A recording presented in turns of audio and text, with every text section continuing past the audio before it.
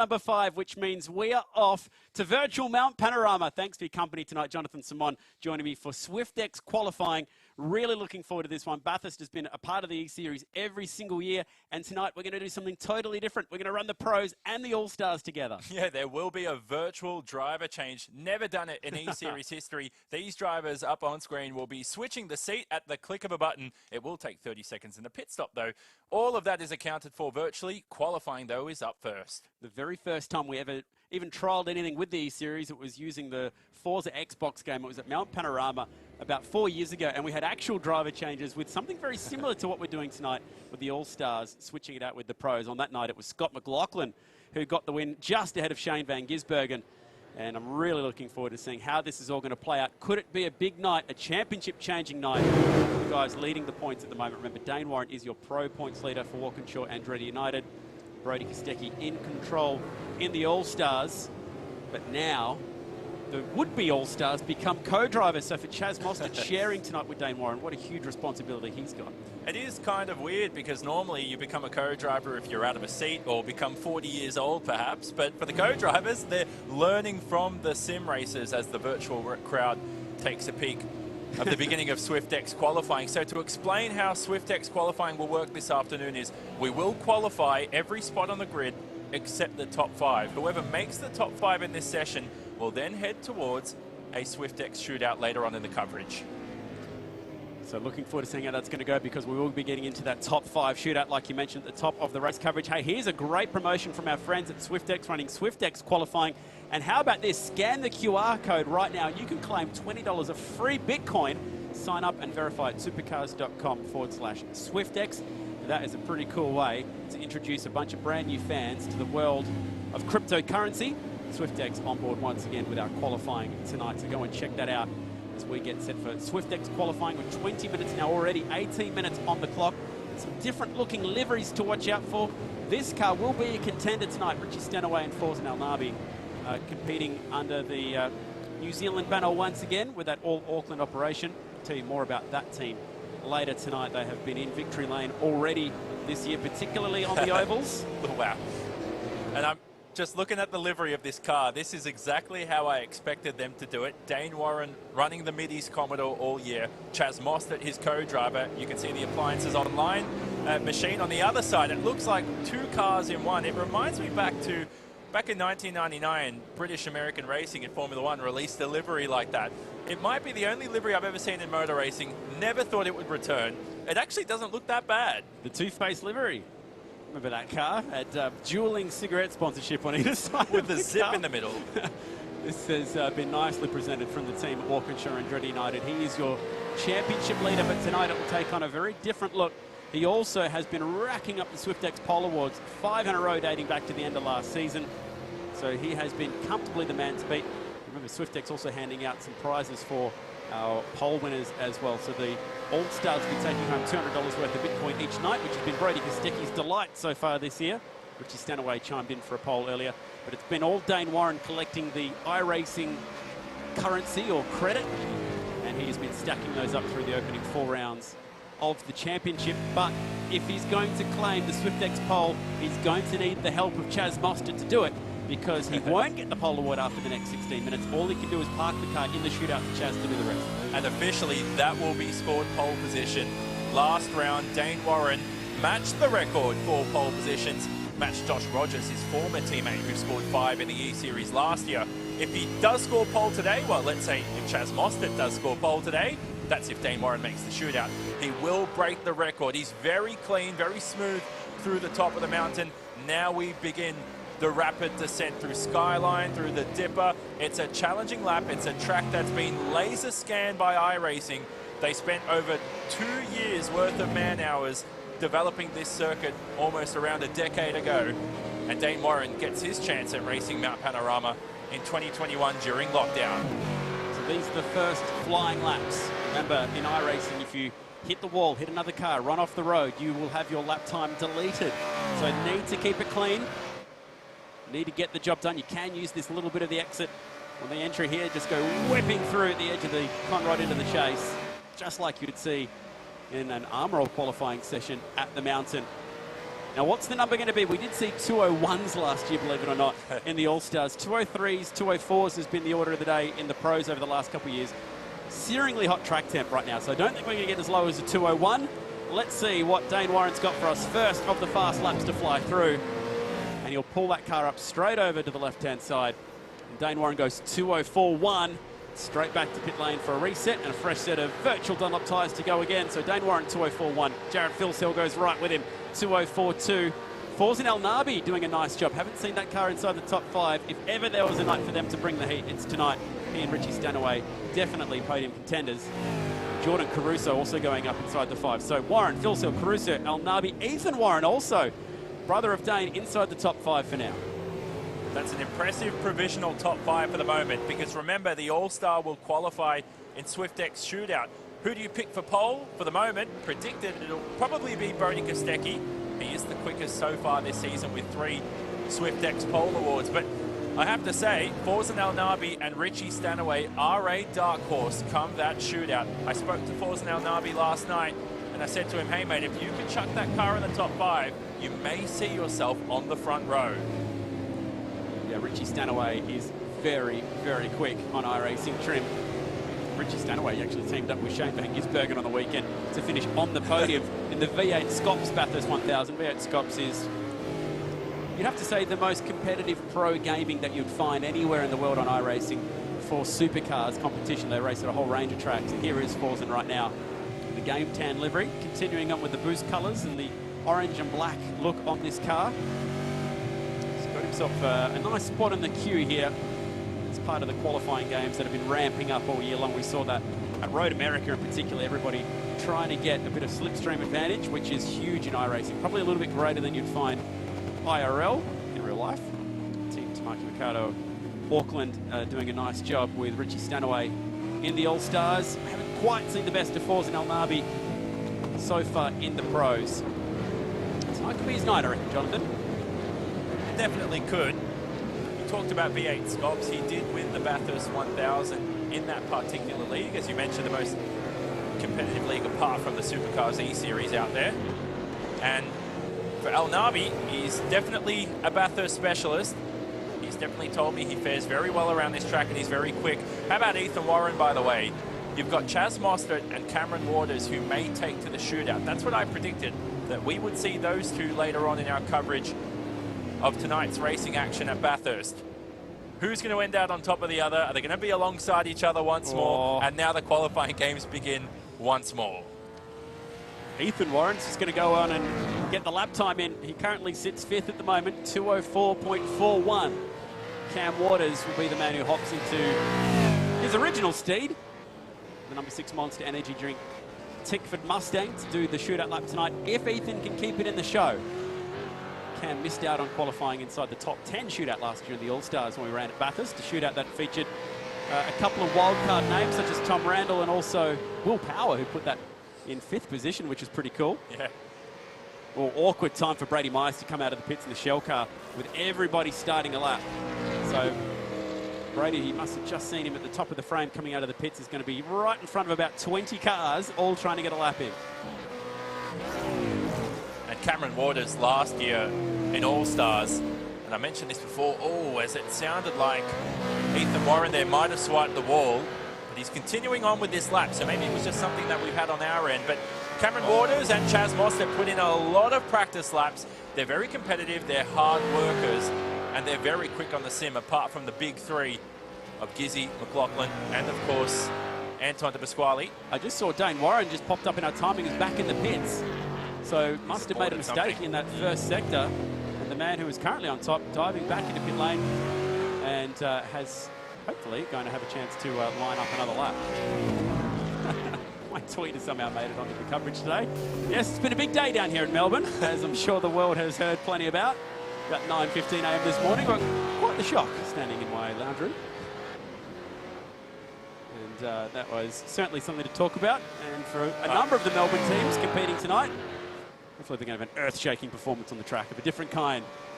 Everyone's got their story about it. I was up late last night working, so I had my alarm set to 9:30. I'm a very grumpy gentleman having to wake 15 minutes up early from an earthquake. All things for an earthquake. Hopefully everything's okay down this part of the world as he power slides at Chaz Mostert style out of the last corner. And that's a rarity, seeing someone actually dive into the pit entry. Couldn't quite get that lap together, so Ethan will have to go again with Dane. We'll dive back into the pack. Pick up Andrew Gilliam. Picked up a pole award this weekend in the V8 Scops. Actually won the shootout on the weekend. Started the virtual great race from pole. So another guy who's probably floating a little bit under the radar has got action in the background and a car off at the chase. As everyone goes scattering, Andrew Gilliam, surely a potential driver to finish inside the top 5. He's 7th at the moment. Can he find his way inside the show? Yes, goes to 2nd. Good lap. Wow. Very, very quick. 49 thousandths away from the number 1 man. Cash Converter's instant cash moment. What's transpired down here at Murray's? Uh-oh. That's a hot spot you'll look out for during the race as Ethan Griggold locks the rears, says D'Alberto on the car, but obviously that's his co-driver. And the trouble with that, of course, is Murray's is a downhill braking zone. It's about 5 meters of an elevation dip through the apex of the corner, and so it's easy to lock the rears through there, and it can be a hot spot during the race. Here's the Premier Hire car, that number 22, of course, of Ryan Wood, the Kiwi, who's driving today, races in the Terra 86 series in New Zealand. Gary Jacobson's jumped on board with him for this round. Have a chance to quickly get your phone out and scan the Bitcoin promo thanks to SwiftX. How cool is that Repco car look? Bring in the Bathurst, a new campaign launched yesterday by Repco, who have been sponsoring Bathurst 1000, also the Mount Panorama 500, as well as the series. So very loyal supporters of not just supercars, but the great race. And for those who are very keenly in tune with iRacing, they may have noticed a little bit of Repco signage sneaking into the Bathurst iRacing game as well. So keep an eye out for that tonight on the coverage, particularly along the front straight, which is pretty cool to see as we have everyone queued in and wide into the matrix for a very big night tonight. There you go, a bit of Repco signage. Wait for it in the front straight. It looks really cool. Nice work from iRacing. It's the attention to detail that I love about iRacing, and getting the Repco signage on there for tonight was cool. Yeah, credit to them for making those changes ahead of this round. For Jordan Caruso, the Repco car. And a pretty good look at it here, actually. There it goes, down the front straight, and also the big bridge. I like that, Jonathan. That's cool. It does look good. It's a good update. Talking about Repco, Jordan Caruso, I was saying before, he's qualified well all season, but it's just the races that haven't gone well. So seeing him in P4 is a good start.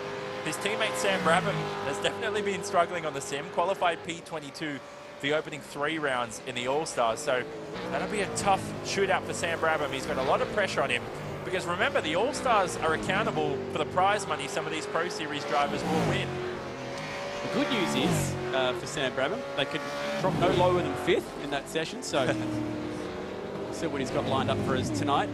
How cool is that setup? The modes of sim, which does include movement, does include virtual reality, and Sam's just visualizing the lap time at the moment. He's not needed in this session just yet, but maybe needed in our shootout, which is not too far away, which currently stands to include 2 Kostekis. Brabham as well, which is cool. Yep. Nick Percat and Chaz Mostert will be the last car out on in the session. Brody Kostecki went within 9 thousandths of a second of winning last year's shootout, just pipped by Chaz Mostert. Oh boy, this is getting a little bit ridiculous, and a few guys are going to pick up damage as a result, and one of them is Dane Warren. Dane Warren running up the back of Sam Blacklock, and good thing that he's got a good lap time in at the moment. Guys, one of you has got to have to hit the pedal on the right. Cash Converter's instant replay will show us, that is huge. That wasn't Verstappen Hamilton, was it? That was monstrous. Brady Myers coming through on a lap. Remember we said earlier that Brady was out of sync with the field. Yeah. And he's caught them going down Conrod and had an almighty shunt. We're back at Wanneroo. Yep. That awesome final corner at Wanneroo that gives us all these qualifying dilemmas we face there in supercars over the years. Here's everybody beginning their lap, probably on tyres that are ice cold at the moment.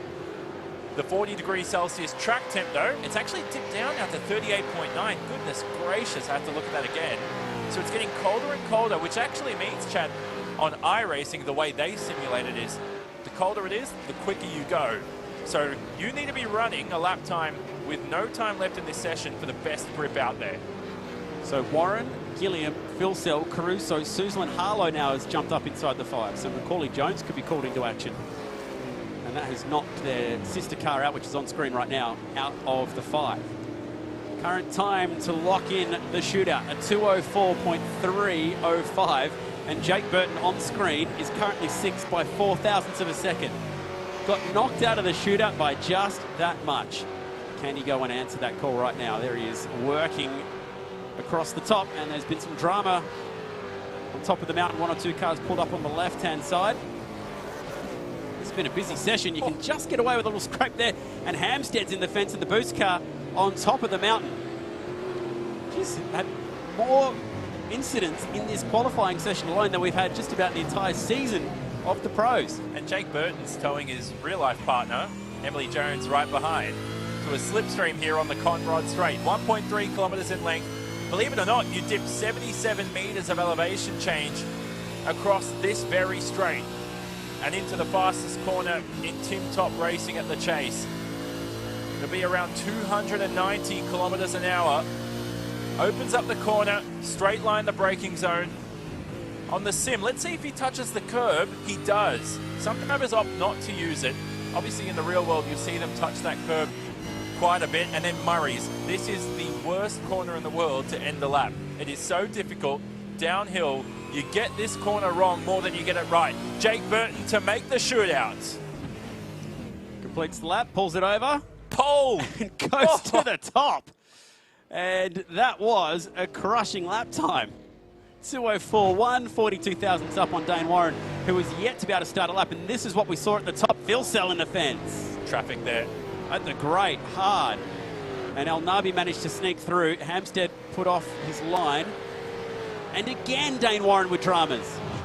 Gee, lucky Dane got that first lap in, because the rest of it has been issues the whole way through. And that was Blake Purdy pulled up at the exit at the elbow. And now James Scott's going to pull up. Emily Jones followed Jake Burton on that lap time nicely. So you mentioned she got that slipstream down Conrod, used it to perfection to go to 6th. Put Suzlyn Harlow all the way down to 7th. And the qualifying field spread, believe it or not, at Bathurst is currently less than a second. Wow. Last round at Phillip Island, we had the closest qualifying field spread in series history at 0.609 seconds at Phillip Island. We're under a second here at Bathurst as Sam Blacklock looks to improve from P20. Sam Blacklock's got all his panels back on, which is cool because it's the SwiftX Racing Commodore that he is at the wheel. He'll be sharing this car with Jaden Ojeda a little bit later today. Jaden has competed in the great race. Sam is going to round Murray's and start another lap. Car 31 currently sitting in 20th position, 7 tenths away from the top. And about 6 tenths away, and again, Dane Warren hard into the fence. Going through McPhillippi, cannot get a clean piece of racetrack. The way it's going at the moment is every driver is going to have a 100-place grid penalty, and they're all going to cancel each other out. The Discord is going to be alive at the end of this session. Let's just say that much. I can't be bothered dealing with that. Ethan Griggold now in the Logitech Mustang. He'll be sharing this car with Tony D'Alberto. He nearly does a Dick Johnson off the edge of Forest Elbow. Now, he's finished on the podium twice in the Pro E-Series at Bathurst. He's having a torrid season so far. This will be perfect for Logitech G Racing if you can put that car into the top 10 here in qualifying. Better yet, a potential shootout position. Oh, there's traffic, and there's traffic at a really awkward part of the racetrack. Everyone trying to dive off the road, but he's locked the rears anyway, and he's off. Distracted him. Yeah, definitely put him off his line. Madison down in the Repco car did everything he could to get off the road. And he will stay 11th for now. Does like the longer races, so maybe a chance to fire up the order later today. We go to Mr. Anderson. A winner on the weekend, sharing with Madison Down, winning the Bathurst 1000 V8 Scops race. And he'll be sharing with Matt Payne, and here's that Cash Converters replay down the bottom of the Chase. Just carry too much speed. It's as simple as that. Yeah, now you can plug second gear to just try and get the thing stopped, and it doesn't quite work, and you lose the rear. Well, after that, he would have been better off straight lining the Chase over the mini jump they've got on iRacing over the tyre barriers. Josh Anderson, who... Oh, no! This is getting absurd. Look at the traffic ahead here for the Cool Drive car. He's just going to keep it moving anyway. Go, son, that is awesome. But still, he's got an absolute maze of cars to work his way through. He's going to take James Scott with him. Everyone diving off the road, and he's headed to the museum. Yep, he's off to the hotel. He's actually off to the supermarket. There's a Greyhound track if you keep driving in that direction. You wouldn't believe that this is the Pro Series looking at that shot. Well, they're all going to find traffic. Either way, they all have to go now because there's 20 seconds to go in the session. So at least we'll know that there's going to be no slow cars at the end of this lap. But boy, is this getting hectic. Crazy stuff in SwiftX qualifying. Last 10 seconds, last laps, Jake Burton on top. Burton, Warren, Gilliam, Phil Caruso the 5. And finally, they should all get a clean lap in. We're going to jumble this order up. Track temp down to 38.3, so we've lost 2 degrees since the start of the session when Dane Warren got that lap in. And what did I say earlier? Because of the drop in track temp, lap times are going to decrease. You're going to get quicker and quicker lap times. Everybody wanted to be the last driver out there. Jake Burton, the man to beat. Will this potentially be the first time we don't see Dane Warren on pole? Yes, we've got a SwiftX shootout coming up, but this is a big lap for Jake Burton and his confidence going into the final round next week. He's still mathematically in contention for the championship. Dane Warren or Brody Kostecki can't, well, they can wrap it up today. It'll be unrealistic, but they're pinning their hopes on qualifying and hope that they nail a good result here for the moment. Cooper Webster in the DeWalt car, sharing with Scott Pye. Scott Pye's got some news to celebrate today, re-signing at Team 18. Go back to the Black Duck team. Jackson Suzlin-Harlow trying to find his way back up inside the top 5 spots. Brady Myers, a winner of the V8 Scops race before as well in that Shell car, sharing with Anton De Pasquale, and definitely a guy to watch out for tonight. A very strong driver combo. You get the feeling tonight's race, with how even the pros are, is going to come down to how fast the All-Stars are. They have to do a minimum of 8 laps in tonight's race. And if you're pairing with a guy like Brody Kostecki or Richie Stanaway, that's going to bode nicely for tonight's coverage. Quick sectors by Madison Down. Currently sitting in the 8th position, co-driving with Todd Hazelwood in the Repco 24/7 Commodore for Brad Jones Racing. 1 corner to go. This is where it can all go wrong on the sim. A lot of pressure on this final braking zone, and I did not mean to curse him on that one, but for Madison Down, his qualifying session is over. They are struggling to get it stopped at turn 23 at Murray's. And Myers goes through. Can he jump up inside the order? Phil Sell goes to the top in that last lap. El Nabi goes to second. Burton Caruso now to the top, and the fast track conditions are paying off. And this is just going to keep going with more drivers home. Is that it? Is that the end of the session?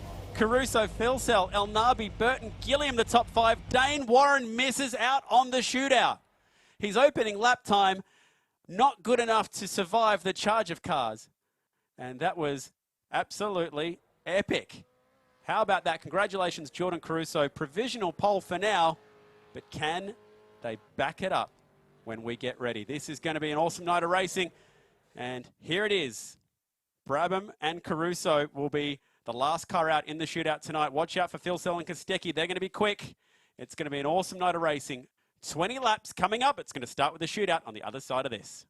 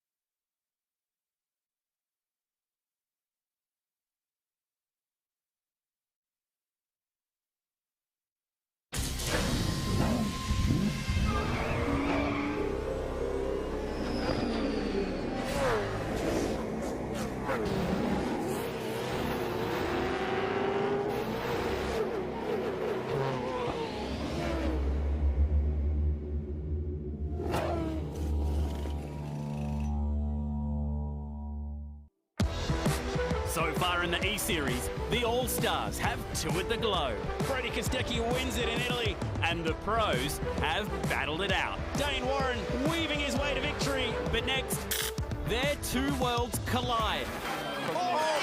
Shunt for Slade.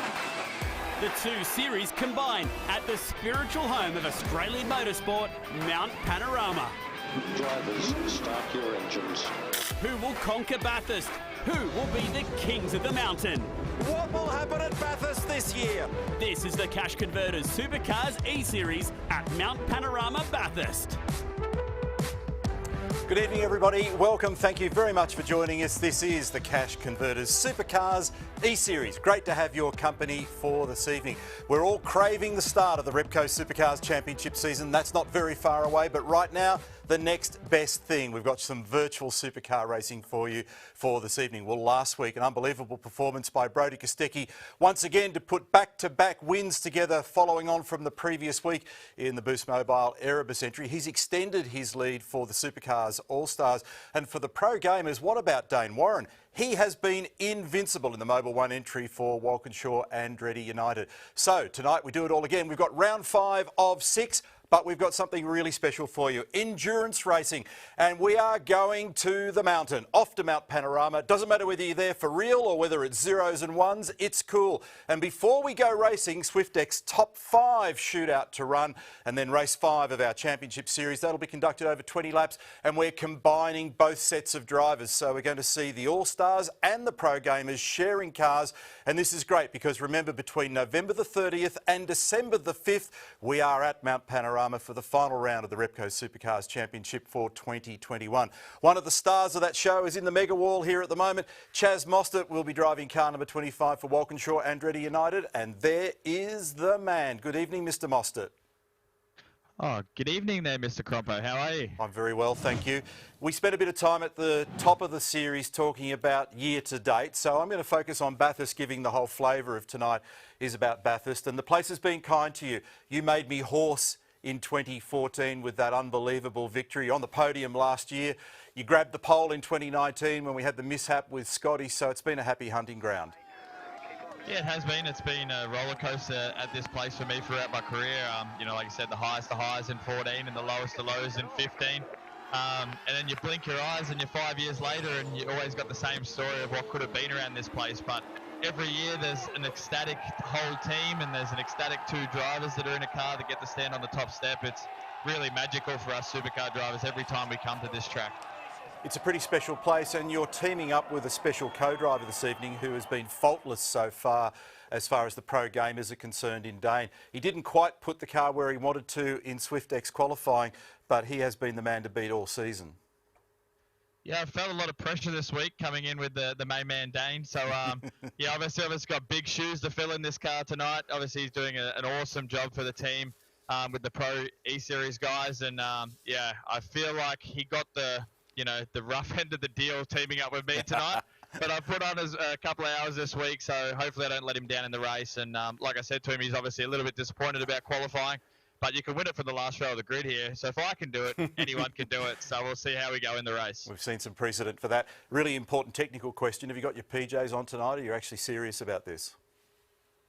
I did. I had the pants because I haven't been in the top 5, so I didn't expect to get on the mega wall. But tonight they gave me a bit of a heads up that I might end up on. So I actually got my boardies on since we're on the Gold Coast here. But I really want to hear about you, Crompo, because normally most rounds you tell me about what the weather's doing. So do you have the screen in front of you, what the track conditions are like, usage, what crosswind? Could you give us a bit of a heads up? Fine, mild, gorgeous conditions. Great place to be at this time of the year in spring, Chaz. You know what it's like. It's going to be awesome when we get there in early December. Summertime in central New South Wales gets no better than that. Thanks for having a chat tonight in the Shore Live chat. And be a good boy. Play well.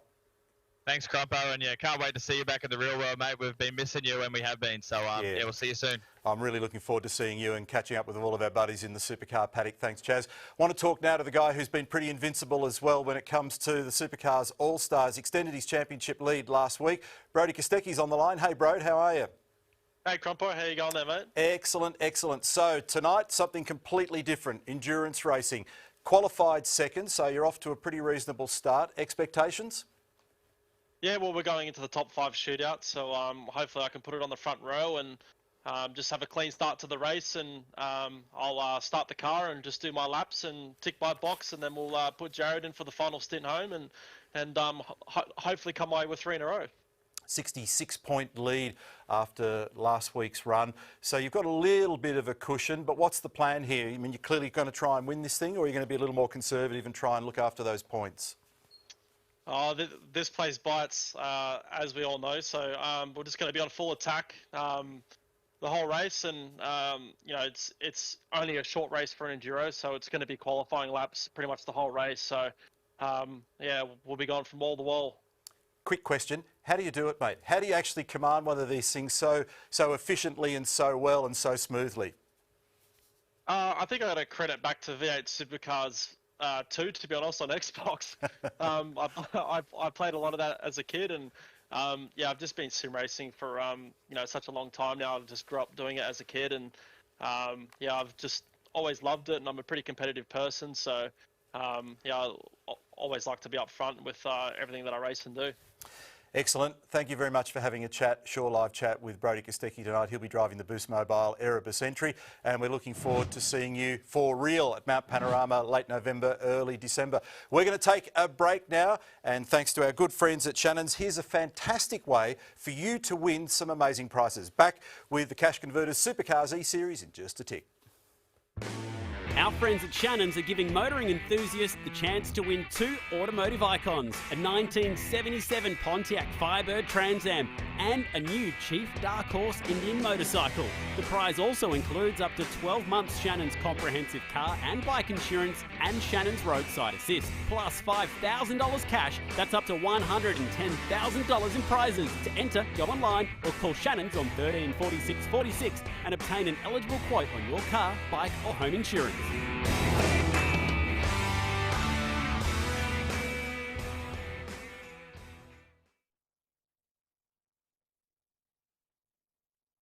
The Cash Converters Supercars E-Series is proudly brought to you by Shaw. Sound extraordinary on and off the track.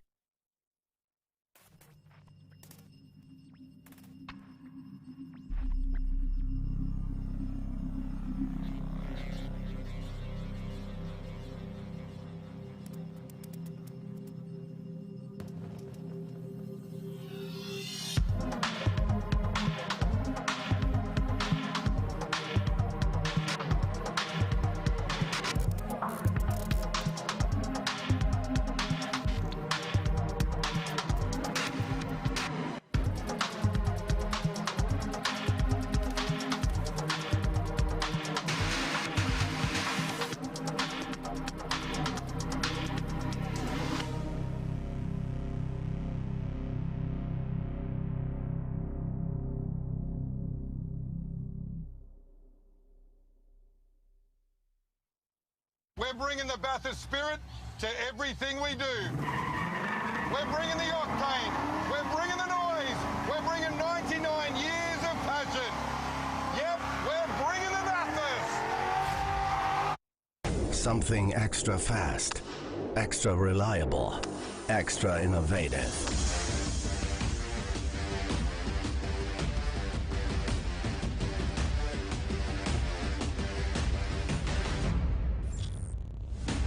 An X that makes the difference.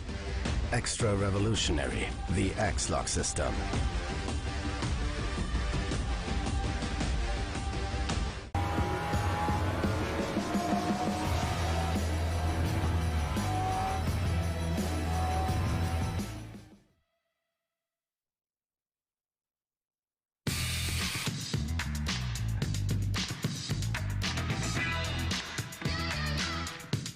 Make more of the things you want possible with Cash Converters. Life made possible.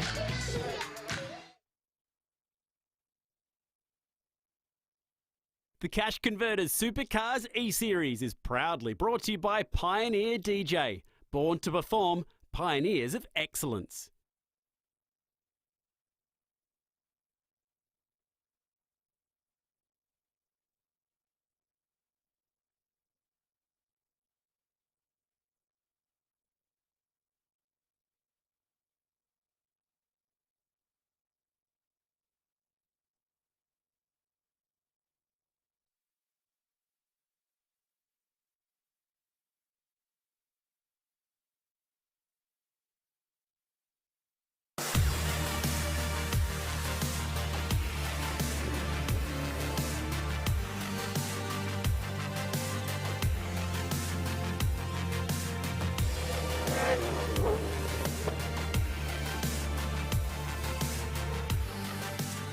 This is a lovely little entree for us this evening as a preview of things to come later in the year with the grand finale of the Repco Supercars Championship season. Right now though, Cash Converters Supercars E-Series, event number 5 of 6, endurance racing for this evening, where our pro gamers and our Supercars All-Stars are teamed together. But before we do all that, it's the top 5 shootout for SwiftX. We've already seen some pretty wild qualifying. Expectations are on this gorgeous track that this is going to be pretty special. So let's get to the boys in Melbourne, the headquarters of Shake, Rattle and Roll, Chad and Jonathan.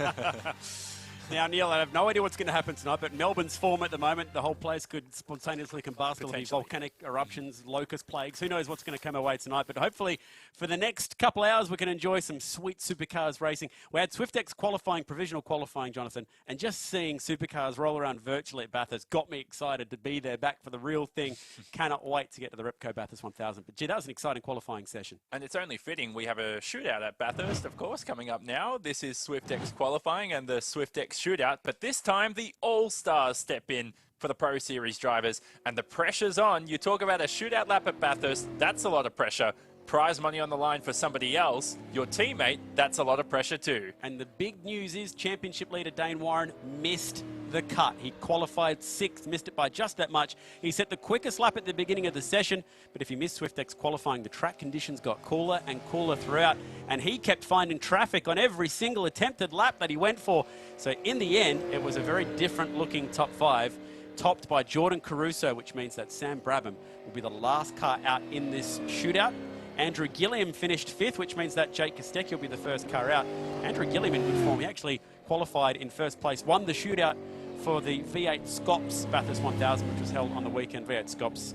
How would you describe that? It's one of the most competitive online series you can find for supercars? Yeah, certainly outside of our very own E-Series, it's a very competitive one itself. And Jake Kostecki, who didn't compete in that one, understands that his teammate's very quick around Bathurst itself. Now, track temp has risen, yeah. And we've actually gone back an hour in time. Somehow, virtually, we've done that at the click of a button. So that means now for Jake Kostecki that the track will be slipperier, less grip. It'll be slower lap times out there and tougher for the All-Stars as he closes in to the first shootout lap of 2021 for Bathurst, you could say. A 2:04.1 was the time from his co-driver to get him into the shootout, with the track temp being nearly 10 degrees warmer than when that lap was set. I give Jake exactly 0 chance of going quicker than his co-driver's lap time, but he doesn't need to go quicker than Andrew Gilliam's lap. He just needs to go quicker than the 4 drivers that are about to follow him out. But if we look towards the form guide, here's the big story. Jake Kostecki has never been in a top 10 shootout. So this is now uncharted territory for the youngest of the 3 Kosteckis as he starts his top 5 shootout at Mount Panorama. So brakes at the 100-metre board. That's our reference to begin the lap here at Hell Corner, because we know that the beginning of the lap doesn't really start technically as a driver until you approach Griffin's Bend. It's a long straight here to Mountain Straight, and now you hang on to the wheel tightly, strap on, put the seatbelts on as well, and let's attack the mountain. Nice and cool up towards turn 2. The back end stood out for a moment. Braked way too early there and had a couple of stabs at the steering wheel through Griffin's Bend, through the cutting, the most difficult braking zone in my opinion in touring car racing for sure. Past where Dick Johnson hit a rock many moons ago, and through Reed Park.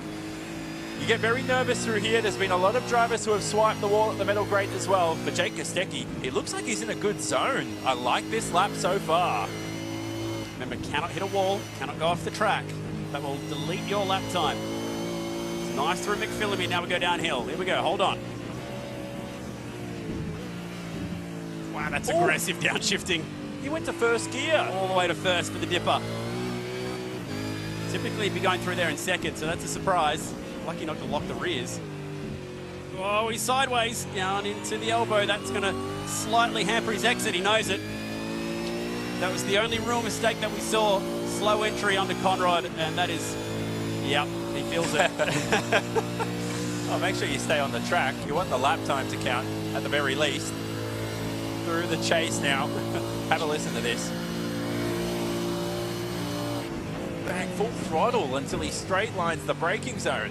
Car was still accelerating. That's how bad the entry onto Conrad was for him. So it's going to cost him the better part of a few tenths at least. Wonder what the time's going to be. 206s potentially. Let's find out. Last corner for Jake Kostecki. Brings it on to the front straight. And he's going to stop the clock. He's not very happy with that lap time. It's a 206.2. That's not too bad. All he can do is put his hand up in the air. Not a bad lap. Remember, they're going to be slower than what we saw earlier due to the searingly hot track temps. You can see the funny side to it. 206.2. Hey, it's still a lap time that the other 4 guys have to go and beat. Hopefully he moves that car from the apex to turn 1. There we go. Brilliantly escaping his way back to pit lane. You can see the funny side to it. But there you go. First shootout attempt. We had his teammate Zane Goddard in a couple of shootouts so far this year. Here is a man with a little bit more experience at the mountain and certainly more experience in shootouts. Nick Percat, he even qualified for the E-Series shootout at Bathurst last year. So he's even got experience doing this on iRacing. He was 7th on that day and has been putting in a pretty good showing for 2021 so far. Driving brilliantly in the series to be inside the top 10 on his farewell tour with Brad Jones Racing. And I had a watch of his 2011 race here. He had swiped the wall at Griffin's Bend, went on to win the race. Off the track at McPhillamy, still went on to win the race. He was very committed. He's a very quick driver, not only in the real world, but he's proven to be quick on the sim. He made a lot of shootouts in the All-Stars. He's up for the pressure here. It was a torrid start to the lap at Hell Corner, but remember, there's 22 turns to go. Good to see he's gone for a different hydration technique tonight than he was running last week.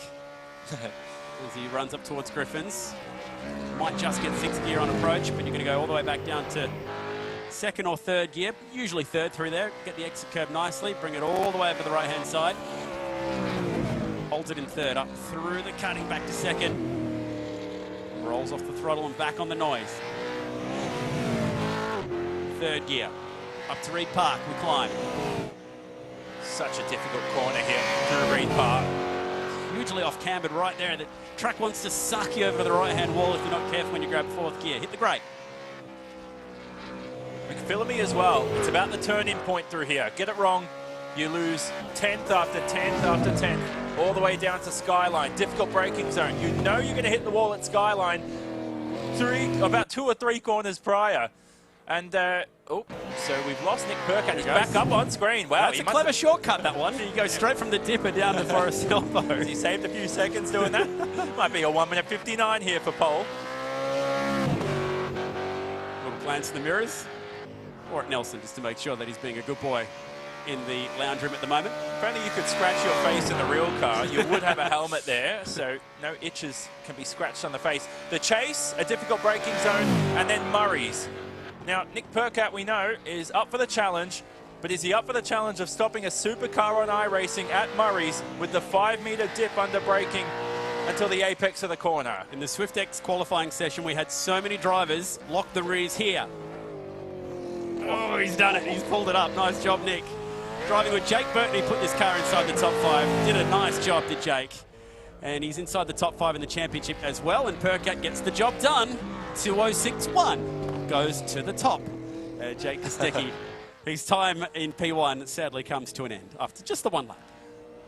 Now there's some good talks here of potentially, we know each team is probably going to start their All-Star. Potentially. Jake Burton has talked about, hey, if I'm on the front row, maybe I'll jump in the car and do the opening stint, but there are a lot of risks doing that.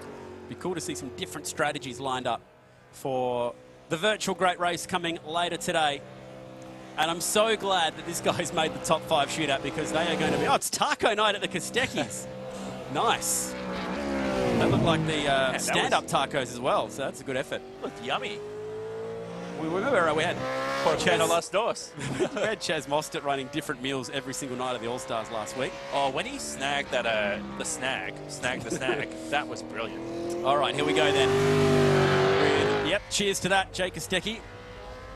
As Richie Stanaway starts his shootout lap. Only been in 1 shootout in his career. That came back in 2018 in New Zealand on home soil, which is pretty cool to see.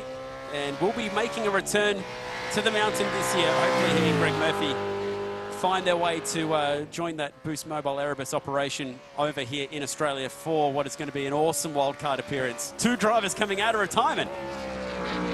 Was it Tom Randall last year snagging the pies at Bathurst? It was. Yes, yeah, it was. yeah. He's hitting the Mrs. Max during that session. If only he was back in this shootout. Anyway, Richie Stanaway, who could potentially put this car on the front row. Certainly he and Brody Kostecki are the quickest two in this shootout.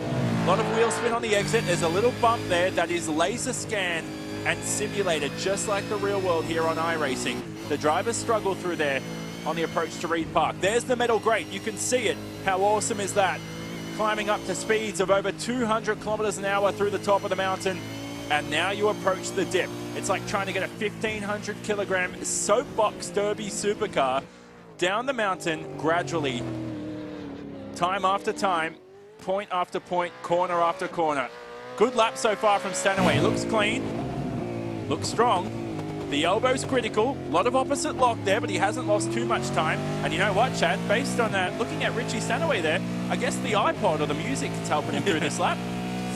Give the sponsor a bit of a plug here as well. Game 10, it's a brand new program that encourages more Marion Pacific young people to learn about and consider careers in creative tech through gaming. And Richie is the perfect poster child for this campaign because he absolutely loves getting on the sim. He's so quick in sim racing. He was at one point inside the top few spots in the world in iRacing, but also in real track racing as well. Remember, he is a race winner in both GP2 and GP3, now F2 and F3. He raced at the 24 Hours of Le Mans. He's been there, done that, won the Sandown 500. He's oh so quick, whether it be virtually or in real life. And a little bit of a shake of the head. He's not overly happy with that lap, and it's only good enough for third.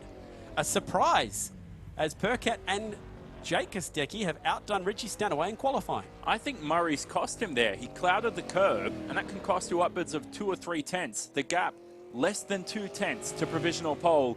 Nick Percat's a happy man so far. That car is at least on the second row at worst. And that's big also for Jake Burton, his co-driver, fighting inside the top 5 in the points, sitting third comfortably at the moment, fighting away with his teammate Jackson Suzlin-Harlow. And Jared Filsell, who comes in as the favourite tonight, going to be sharing with Brody Kostecki, sitting right behind them in fourth. As we switch our attention to Brody, right on cue. Back-to-back Erebus boost cars, essentially, with Stanaway and Brody Kostecki. Remember the shootout last year, him and Shane Van Gisbergen going toe-to-toe? He came up short by just 9 thousandths of a second. The lap time was into the 2:01s on that day. We had a very cold track temperature, which led to very quick lap times. Not sure what we're going to get out of this, but it's going to be fast from this man. Brody Kostecki, your championship leader in the All-Stars, is about to bring the Boost Mobile Erebus Commodore onto the front straight, sharing with Jared Filsell. Expect fireworks, because this guy's quick. And look at him leaning to begin the lap through Murray's. It's like he's driving a go-kart. And back again, look at the lean through held corner. He's sucked into the immersion of iRacing. Good start to the lap so far through held corner.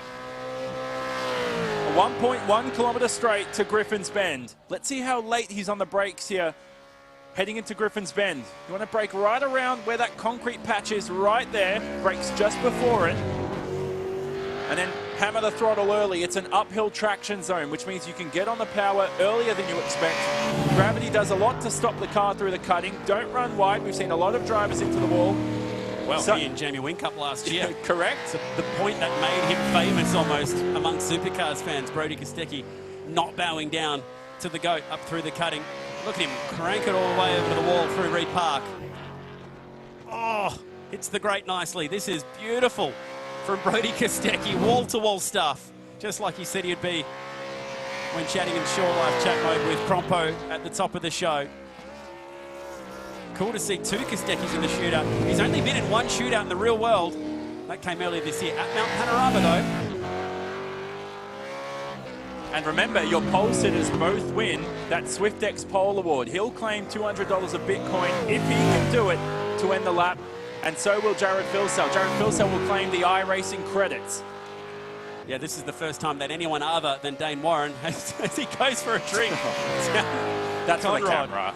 That was very clever. Dane Warren has taken the last 5 pole awards thanks to SwiftX in this series, going back to the end of last year. Not going to be getting today as he did not qualify for the shootout. Put it in 6th today as we go nicely through the chase. Looking very cool. Brody Kostecki sits 10th in the points in the Repco Supercars Championship, which is a great effort from a rookie. with not a heap of experience around this place. He's going to finish his lap off. Expect to see him go to the top. Surely he'll go to the top. And he crosses the line. Oh, and does it comfortably by nearly a second. A 2:05.1. And I might add the track temperature is dropping as Nelson surrenders the pole to Brodie Kostecki. That was the lap of the gods, E-Series style. Smashed it. A whole second quicker. And nicely done. Let's have a quick Shore Live chat with Brodie right now as he rolls this thing up Mountain Straight. Brodie, great lap. Talk us through it. Yeah, it was just nice and smooth. Yeah, just was no mistakes, and track was quite good to drive. It had a bit more grip than sort of I anticipated from practice. So yeah, it was a clean lap in the Boost Mobile Commodore. Well done, mate. Congratulations. Might be on the pole thanks to SwiftX once again. Looking forward to that later tonight. Yeah, thanks, guys. He is just so cool in either qualifying trim or race trim and leading the way. And this puts a big task ahead of Sam Brabham and the Repco car. I love this. Bringing in the Bathurst is what we'll be doing come December. So cool to see fans hopefully back at the mountain in a few weeks' time. And look for the Repco signage here that's been added to iRacing along the front straight. Attention to detail as the Repco car finishes our shootout tonight with Sammy Brabs at the wheel. What a cool story this is. 27 years of age, born in the UK, just like his dad, but very much an Aussie family. The Brabhams connected to the Repco brand. Repco and Brabham combined to win the Formula One World Championship. There is just nothing cooler than that, apart from maybe that Motor Motion simulator with virtual reality. He's not having an earthquake, is he? He's not in Melbourne. That was actually scenes early in Melbourne today. Yes, he is racing from Melbourne, or originally from the UK, but has relocated here to Australia. Racing at the track where his dad, David, did win the Bathurst 1000 in 1997 with Jeff in the Beamers that day. And he is now rounding it up through the cutting. And you can see already he's not quite getting as close to the walls. It's a little bit safer than what we're seeing from Brodie Kostecki. Christmas dinner at the Brabhams. Oh, man, that was close to the wall. Yeah, it certainly was. Now, I don't think he actually swiped the wall, so the lap time will continue. But I was saying before, I'd love to sit in on Christmas dinner with the Brabhams. There's a lot of legends at that dinner table. As Sam Brabham approaches the braking zone at Skyline. Oh, he's wow. having a moment. He's having a huge moment.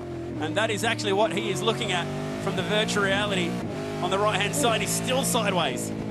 He has absolutely rolled this into a ball and thrown it down the hill. That has been big-time commitment. He got the wall on the inside. He might get the wall on the outside. Hopefully it wasn't enough to delete the lap time. We'll find out when we get to the stripe. Remember, in iRacing, if you hit the walls, you lose the lap. He's going to finish it off anyway. We'll find out if the fish was really that big. I don't know if he's finishing it off for the show, but I certainly heard a whack. I saw a whack, and that means the lap time's over. And I think that both Jordan Caruso and Sam Brabham and that Repco Racing Mustang will start from 5th. He's got an ocean worth of space to park it between Kostecki and Perkett on that front row if he could go and do it. All the way to the exit, coming out of the chase. Last corner, so cool to see this Repco Mustang in the SwiftX top 5 shootout at Mount Panorama. Loving the bring in the Bathurst livery with the flames on the car. And virtual reality netting a virtual lap time for Sammy Brabham. Does he sneak inside the top 5? Or no time recorded courtesy of hitting the wall at the elbow. So unfortunately losing the lap time. And cha-ching, cha-ching. Yes, indeed. Man, he's rich. And the Bitcoin currency is just queuing up right now for this guy. Another $200 of Bitcoin thanks to SwiftX. And his co-driver, Jared Filsell, will get his first collection of iRacing credit, $120 US, which works out to be about $200 Australian of iRacing credit to take to iRacing and purchase whatever he wants in-game. How cool is that? No Sam Brabham qualifying inside the top 5, courtesy of the wall strike, but have a look at that margin. Last year, he missed it by 9 thousandths. This year, he gets it by 9 tenths. Yep, so Brodie Kostecki will start on pole position for today's event. That was a thrilling lap from him. You saw how smooth he was throughout SwiftX qualifying both his teammate and, of course, himself during the shootout. A 2:05.1 is the lap time. SwiftX pole going to Brodie Kostecki and Jared Filsell. And finally, the reign of terror for Walkinshaw Andretti United has ended. That is Erebus' first pole at the mountain in E-Series trim at least. And well done to Boost Mobile Racing, Erebus, Brodie Kostecki and Jared Filsell, who had to deliver that car inside the top 5 for Brodie to go and get the job done. Well done, Brodie. That was a seriously cool lap. And that wraps up our SwiftX qualifying. The top 5 shootout, entertaining as always. We love Bathurst, and we are going to go racing not too far away. Stick with us. This is the Cash Converters Supercars E-Series.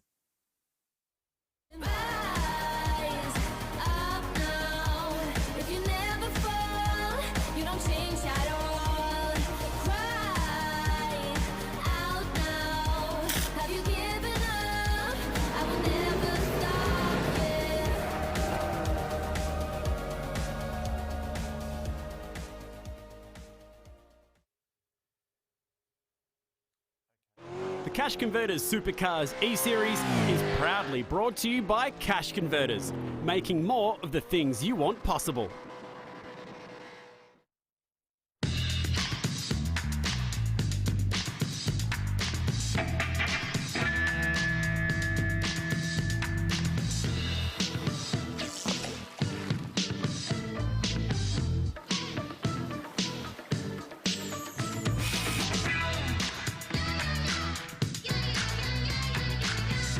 Make more of the things you want possible with Cash Converters.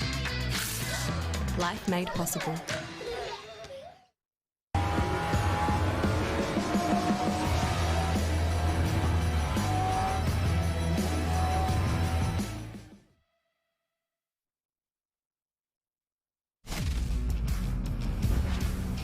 Our high-performance race team needs a high-performance technology partner. At Red Bull Ampol Racing, we rely on HP computers to power our on-track winning performance. The Supercars Championship ignites at Bathurst. The HP product range keeps us on top from design to drive. Red Bull Ampol Racing, powered by HP and available right now at Harvey Norman.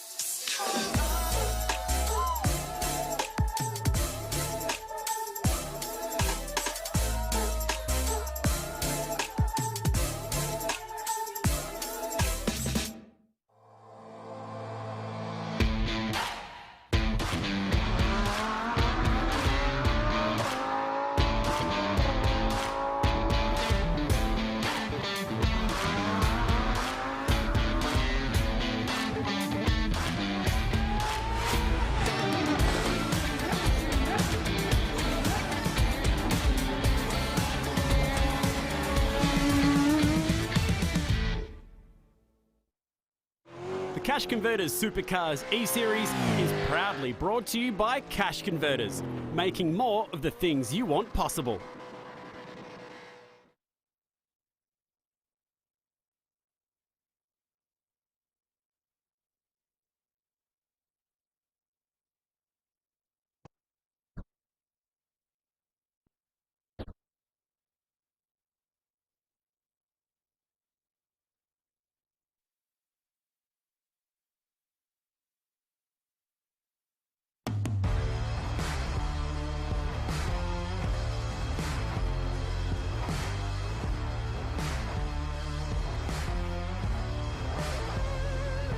Approaching race start time very shortly. Cash Converters Supercars E-Series, welcome back.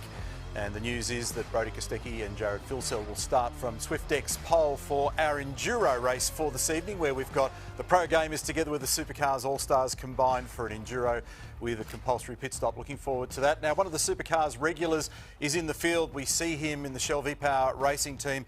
In fact, he's been up there, I think, 6 times with DJR and 16 visits to Mount Panorama to his credit, including a third back in 2017. It's my pleasure to welcome Tony D'Alberto. Hey, mate. Mate, it's great to hear your voice and to see you looking so healthy. Vertical and heart's beating, so that's a good thing. Thanks, Tone. Look, it's great to see you, and it's been tough to try and put together some mileage in 2021. So how is this contributing in preparation for December? I presume it's going to be quite useful. Well, I hope it is, but I really hope that I go a lot better in the real life than what I have been on the sim. Ethan Grigold's been giving me so many pointers, but at the moment it's not really working. So he's qualified the car really well tonight, so hopefully I can keep it off the walls and, keep it on the black stuff and do a good job for him. So Ethan's your co-driver. Now, tell me, you met him away from iRacing at a real racetrack. I did, yeah. We went to Winton, and he was racing the XL, and I was trying to give him some pointers in the real life. But I tell you what, lately he's been giving me way more pointers than I've been giving him. He's been a lot more useful to me. So it's very tricky, this sim racing. I know you did a little bit of it last year, and just the sensation is completely different, and I'm struggling to get my head around it. I don't know that you would describe what I did last year as racing, Tony, but it was something of that nature, but it is unbelievably complicated. Thanks for having a chat to us. I'm going to talk to your co-driver now. So, Ethan, congratulations on what you've been doing so far. You've been pretty quick, as I understand it, and this is a great relationship that you've got with Tony. How did all that come about? Yeah, look, our team in iRacing has been with Logitech for quite a while, I think since 2017, and I'm pretty sure Tony came on as an ambassador at one point, and we managed to get Logitech on board for the Hyundai XL racing, and we got a couple of other cars that run in New South Wales and Queensland, and I'd say the stars just aligned for us meeting up at a Winton State round, and it all just came together, and it's been pretty good so far. What's the strategy for tonight? Yeah, look, I've got a little bit more pace over Tony. There's no hiding that. So it's probably just stay out of trouble in the first stint and get me into the car to the end to try and see what result we can pull up in the end. Well, have a great run. All the best. You're with one of the guys that's got a vast amount of experience there. Ethan Grigol is one of our key runners for this evening. So let's get back to Melbourne now. Chad, Jonathan, give us some Shannon's race facts. You should be able to do this one off by heart. Bathurst, we know it, we love it, but it's still going to be a little bit complex because there's going to be some strategy. There's a few things to think about when we go racing here. So Shannon's Insurance race facts. Jonathan, this is going to be a lot of fun. There's quite a bit to think about here in just a 20-lap race. And it's not the Bathurst 1000, but the Bathurst 125 with 20 laps of action coming up this evening. A driver change will need to take place. At the click of a button, you can switch drivers. That will take 30 seconds. The compulsory pit stop's still there. Fuel, tyres, they will take place during the pit stop as well. Here's the mountain, 6.2 kilometres in length, 174 metres of elevation change, and a multitude of hot spots throughout the racetrack. Matter of fact, put Murray's in there too at turn 23. We've seen a lot of incidents there today as well. 300 championship points for the race winners, but that will be split to each of their respective Pro and All-Stars E-Series championships. Now the All-Stars must complete a minimum of 8 laps in today's event, Chad, and that will determine the minimum driver share rule. Yes, so 8 laps is the magic number. The pros, they look like this. The perfect score so far for Dane Warren. He'll have to come from 6th tonight to keep that streak alive.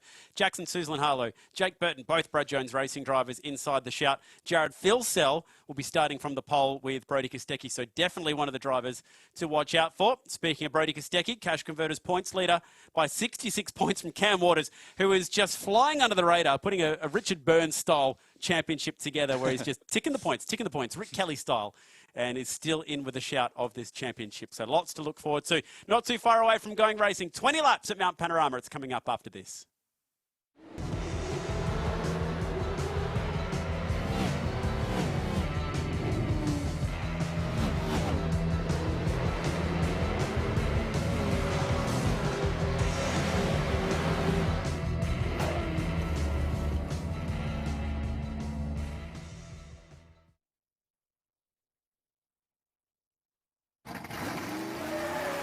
The Cash Converters Supercars E-Series is proudly brought to you by Crust. Fuel up with Crust.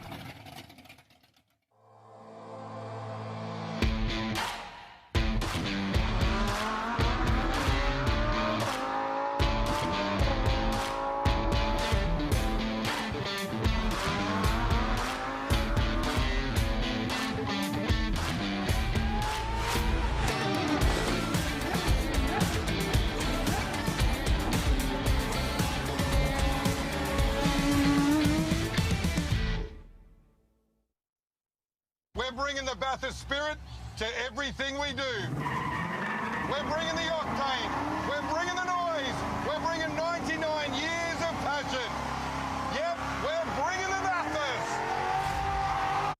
Bathurst. Something extra fast, extra reliable, extra innovative.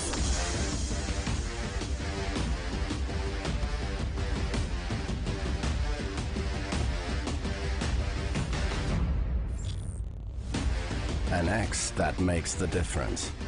Extra revolutionary, the X-Lock system.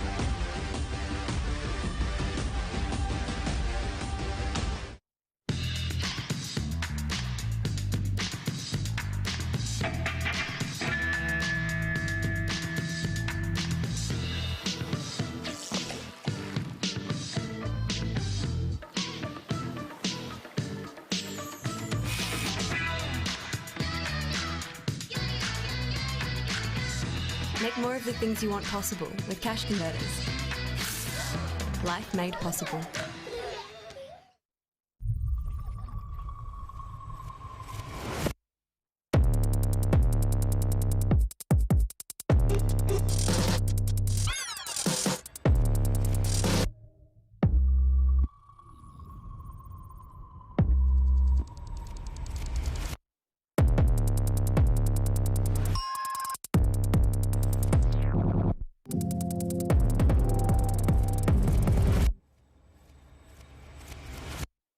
Cash Converters Supercars E-Series is proudly brought to you by Seagate Gaming, specialists in console and PC storage.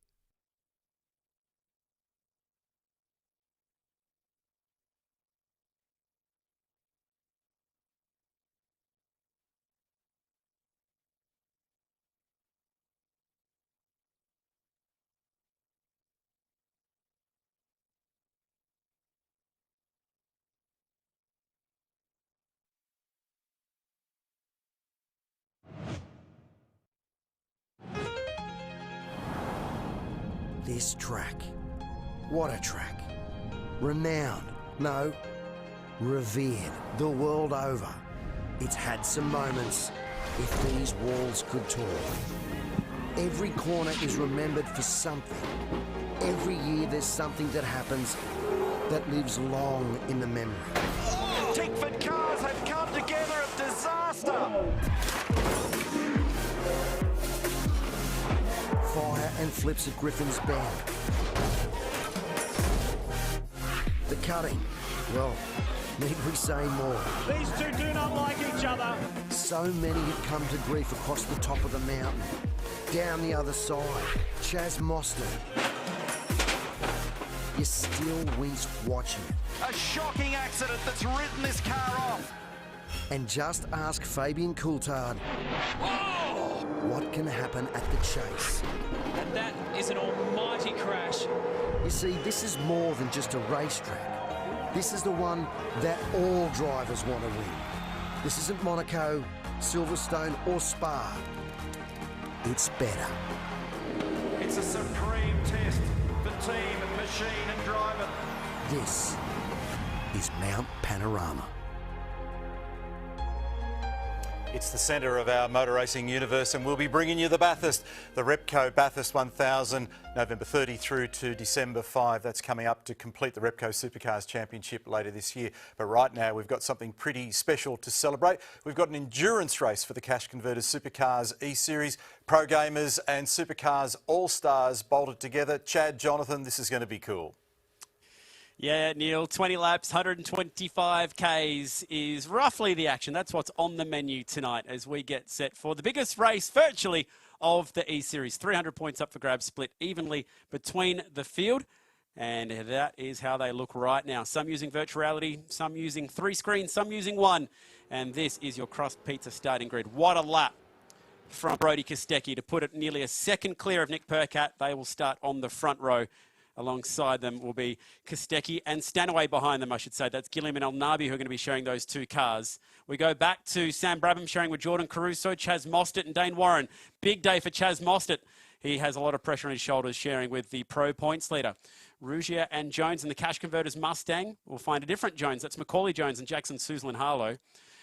And Corey Shepherd finished inside the top 3 spots behind the guy who won it on the weekend, the V8 Scops race, Madison Down, doing a nice job. Cam Waters, second in the points alongside Ethan Warren. It's a pair of Ethans, actually, on row number 6, D'Alberto and Greg Galt. Matt Payne and Josh Anderson. De Pasquale and Myers got some work to do, but they'll be quick here. Anton De Pasquale is fast. Scott Pye and Cooper Webster. Hey, well done, Scott Pye. New deal at Team 18. Jack LeBrock will be sharing with Richard Hampstead at Tickford. We'll go by and find Gary Jacobson sharing with Wood. Randall and Scott. Tom Randall did the V8 Scops race on the weekend. He's already done 1,000 Ks. 125 Ks will be easy. Jay Robotham sharing with Job Stewart. That's the youngest pairing in the field. Matty Charter will be sharing with Blake Purdy. We'll go back and find some more Super 2 drivers. The SwiftX car is Jaden Ojeda with Sam Blacklock, Matt McLean, Simon Feigl. And out the back, it'll be Andre Heimgartner and Wayne Burke. And looking forward to seeing the Stoll Kelly Grove racing car. 23 cars. That is your crust. Pizza with Passion Grid. That is your pole sitter.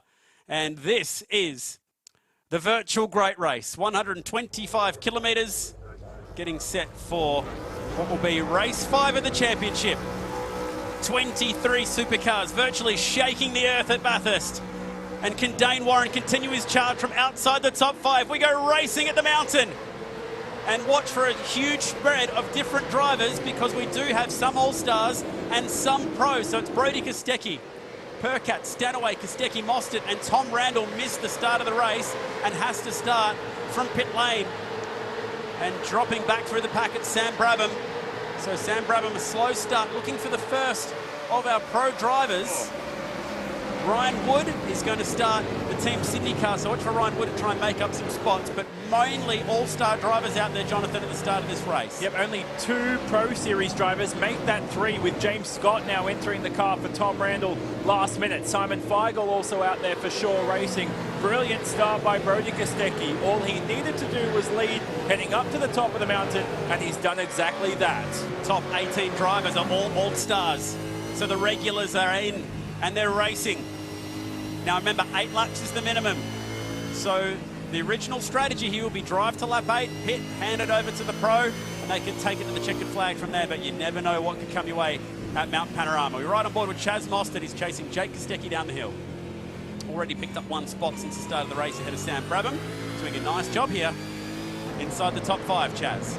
Sam Brabham has lost 8 spots, and he lost 3 through McPhillamy, so something's gone wrong. I assume he's run off the racetrack through McPhillamy Park, and that would be a hefty off, but he's recollected it, still in P13 for the moment. Richie Stanaway up to 3rd. He needs to catch Percat, and he needs to pass him quickly if he's going to have any chance of both he and Al-Nabi for Team Auckland and Team Tamaki Makaurau to win this race. Anton Di Pasquale already up 4 spots, and he's warring away through the chase, side by side, 300 clicks, going around the outside of Cam Waters, and now Cam and Matt Payne will square off in their Mustangs. They are inside the top 5 in their respective championships. As the 2 Brad Jones racing cars fight it out at Murray's. That's Macaulay Jones. And switching it to the inside is Todd Hazelwood, and dramas for Jake Kostecki. He's off at the last corner, and he's slow down the main straight, and the pack is jumping on him. And he's dropping back through the pack now, outside the top 5. There's another spot for Chaz. He goes to 4th. A little ironic that Todd Hazelwood is almost defending himself here, as the other livery behind him is the one he'd usually run in supercars. Todd goes to the defensive side. Watch out for Matt Payne in the cool drive car. He sneaks up at the inside. Go on board with Anton, who's peeling through some spots early. Up 5 on the opening lap of the race. And now he's eyeing off the 2 Brad Jones racing teammates. He had to... bit of lag on the throttle there because he couldn't judge how quick Macaulay Jones would be up ahead in the 96 Black Duck seat covers Commodore. Cameron Waters steps in, the Monster Energy Racing Mustang, drives with Ethan Warren. As we discussed, your All-Stars drivers must complete a minimum of 8 laps to be classified for the end of this race. A majority of the teams, 20 of the 23 teams, have started their All-Star. We're expecting them to come in on lap 8 itself. How about this pack? Cam Waters, 2nd in the points. Hard at work, tucked in behind Matt Payne. Looking forward to seeing Matt Payne start a few Super 2 races at some point, hopefully this year, maybe even at Mount Panorama for the last round of their championship. 6-day motor racing festival starts in November, finishes in December, coming up later in the year as these guys all play the slipstreaming game down Conrod. How clean a start was it, knowing that the All-Stars have the series on the line for a lot of the Pro Series drivers. They took extra care, and a brilliant job by your Supercars talent. On. Got to the inside of the Black Duck seat covers Brad Jones racing car, and as a result, he's in the fence hard.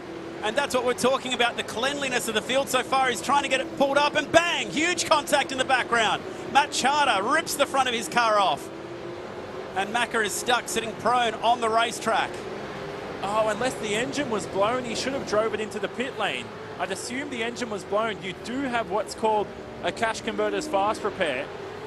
And if that's the case, you get a free, brand new, fresh set of a supercar. Never thought I'd ever say that in my time alive. At the click of a button. Now, for the 96, Jackson Susanalo, who sits P2 in the Pro Series Championship, that is championship changing. That could have huge repercussions. Remember, the top few positions in the championship pay prize money, so that could cost cold, hard cash. There's nothing virtual about that cash as well that gets handed out at the end of the year. It is real money. And Cash Converter's instant cash moment as we peel off what happened to Tony D'Alberto. So there was more going on down at the chase. This is actually behind the crushing that was happening. Poor Matt McLean going along for a ride in that one as well. And then this, so coming across the front of Cameron Waters, wasn't quite clear of the monster car, off the left-hand side wall, into the right-hand side of the fence, and tried to get that car moving, and unfortunately did so right in front of Matt Charter. Yeah, you should have waited for the field to pass, I think, before. And there may have even been more to this as well. Jake Kostecki's had a torrid start to this race.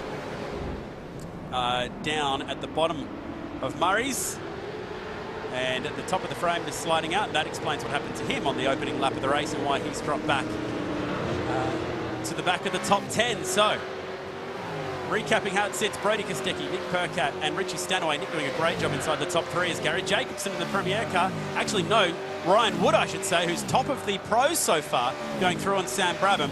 And this is a cool strategy from Team Sydney. Rolling the dice, putting the pro in to make up some spots. And whoa, who is that behind him?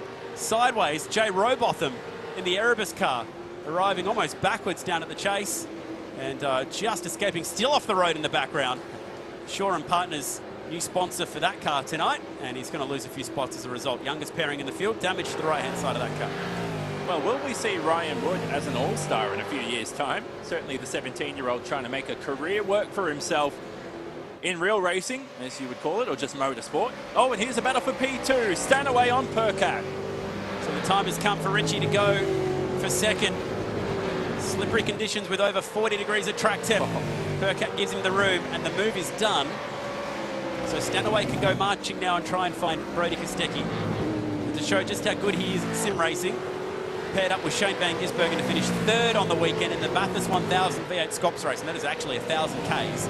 So Richie and Shane Van Gisbergen clocking up a Bathurst 1000 on a casual Sunday. 55 car field, they finished third, and it's a grid full of pro gamers. That was a huge effort. Yeah, good to see him team up. Two good lads. I want to give Game 10, Jonathan, a shout out as well. So this is an all New Zealand team. Team Tamaki Mikado Auckland, and they've paired up tonight with Game 10. Program that encourages more Maori and Pacific young people to learn about and consider careers in creative tech through gaming, and Richie is absolutely the right guy to fly that flag. Yep, great initiative by them, and they'll also have an Auckland Eseries wildcard tournament tomorrow night for New Zealand viewers. That'll be on Sky TV. We determine who the Pro Series wildcard will be for round 6, but for now we look to see who's king of the mountain around Bathurst. Riding on board with James Golding, this is your Shaw sounds of the game. Crank it up as we head to the chase.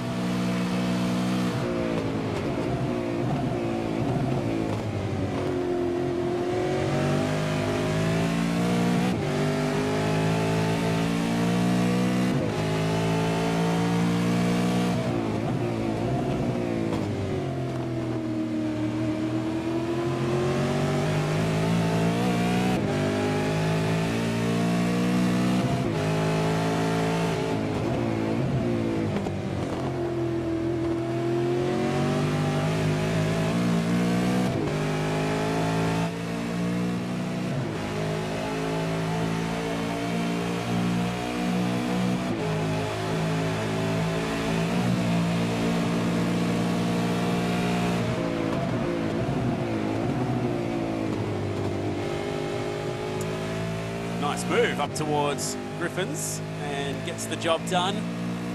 Marches up another spot inside the top 10. That takes him inside the top 5 to 5th ahead of just Arugia, giving Golding plenty of room that Pioneer DJ car. He'll be sharing that with Corey Shepherd, youngest driver in the field.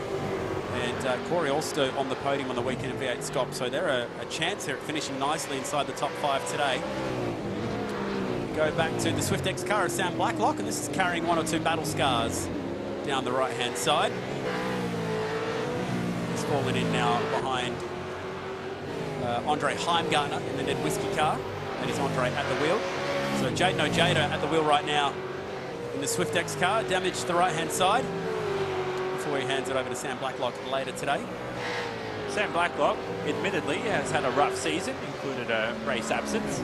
But he wants to do well for SwiftX and make up for him as Jada enjoys a little kiss with the barrier there. Through the skyline, through the dipper. Andre Heimgartner up ahead, who makes the move to Brad Jones Racing next year. Won't see him much in this Ned Whiskey Mustang for much longer at Kelly Grove. And he almost swipes the wall at the exit of the elbow. They're really pushing, aren't they? Absolutely on the limit. And that's where this simulator is incredible. He's doing 207s on the limit. And you must look at Brody running 205s and go, where is that 2 seconds? How could you possibly be 2 seconds a lap quicker around here? SwiftX qualifying with the pros early today was incredible. The entire field spread by less than 1 second. Remarkable. Now, to explain how that driver change will work in a couple of laps' time, we're expecting a lot of the field to pit on lap 8. Is that the driver comes in, sits in the box, and at the click of a button, they remove one driver, add the other, and that's it. Your pit transit time's around about 30 seconds, and it's very quick. Now, Jonathan, get your phone out and open up your camera so you can get the QR code right now to celebrate the Bathurst Enduro tonight. Our friends at SwiftX are giving away $20 worth of Bitcoin across the night. Simply scan the QR code on screen to redeem it. And you can go and verify that, supercars.com/SwiftX. Speaking of picking up a new deal, here comes Scott Pye. He's re-signed. Said there was realistically no chance that he was ever going to leave Team 18. He is a happy man at Team Charlie and will continue as they line up with Mark Winterbottom and Scott Pye again in season 2022. Since moving alongside Phil Keating, his engineer, he's really found a turn of form midway through 2020. So nice job, Scott Pye. Signed himself up and will remain with Team 18. His camera is having a bit of an earthquake there. Through the exit. Live scenes from Melbourne earlier today. He's got Jay Robotham chasing him here. Jay with just the one start at the mountains so far in Super 3. Had a crash there that weekend, but did go on to win the round. Despite that little hiccup that he had. He's going to chase Scott Pye all the way down the hill. And Robotham is the only driver who's never raced in the E-Series. What's going on here now? Oh, they're letting lead us through. Wow. Quite a mile off the pace. So you're getting lapped this early in the Bathurst 125. Oh, it's an awkward spot. They're going to have to commit eventually through the chase. This puts Ridge around the outside. And he'll just get the Cash Converters Mustang stopped. Oh, it's Pye and Robotham. They were both going slowly down Conrad and still overcook it down there. That goes to show you how difficult this is and how easy some of these guys make it look. That was always going to happen, wasn't it? Scott Pye will be begging for lap 8 to come along so we can get in and hand that car over to Cooper Webster, who's the pro-ranked driver. The worst part about this is that being lapped right now, unless there's a BP Ultimate Safety Car, Cooper Webster will only complete 11 laps. Here we go. Oh, wow, that was close. Rougia's mirrors would have been seeing black and yellow on approach. Thankfully, slipping off behind him. Interesting, I watched, now here's another incident with Ryan Wood. Oh, it's a pass.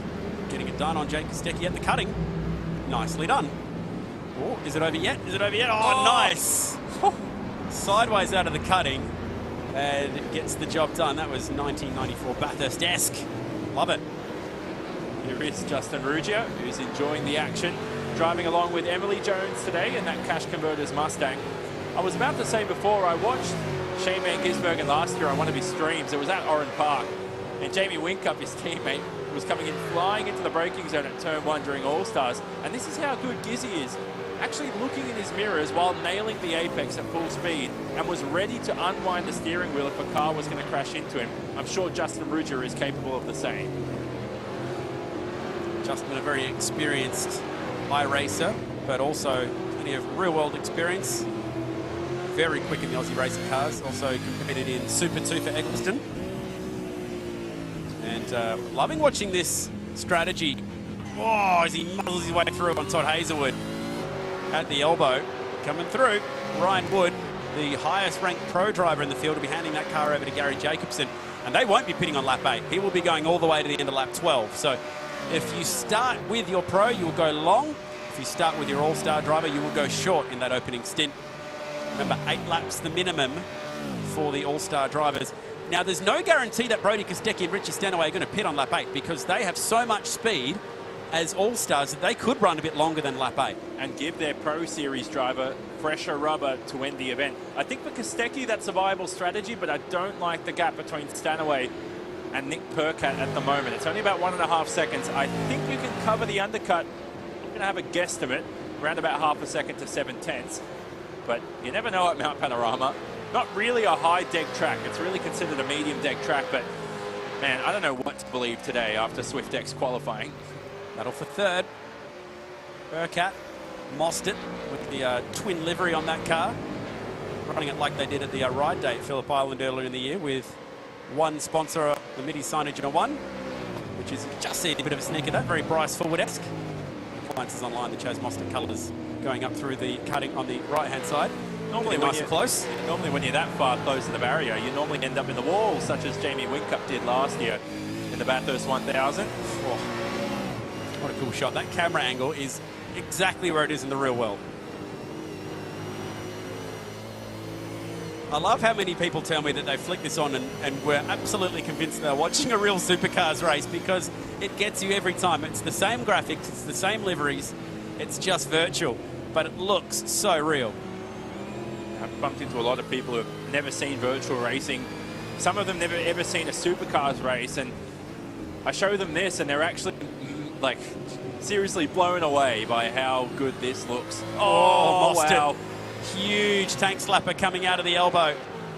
And he might be vulnerable here because here comes James Golding. He's been marching up through the field. Up 4 spots from 9th to 5th and eyeing off the back of Chaz Mostert on approach to the chase.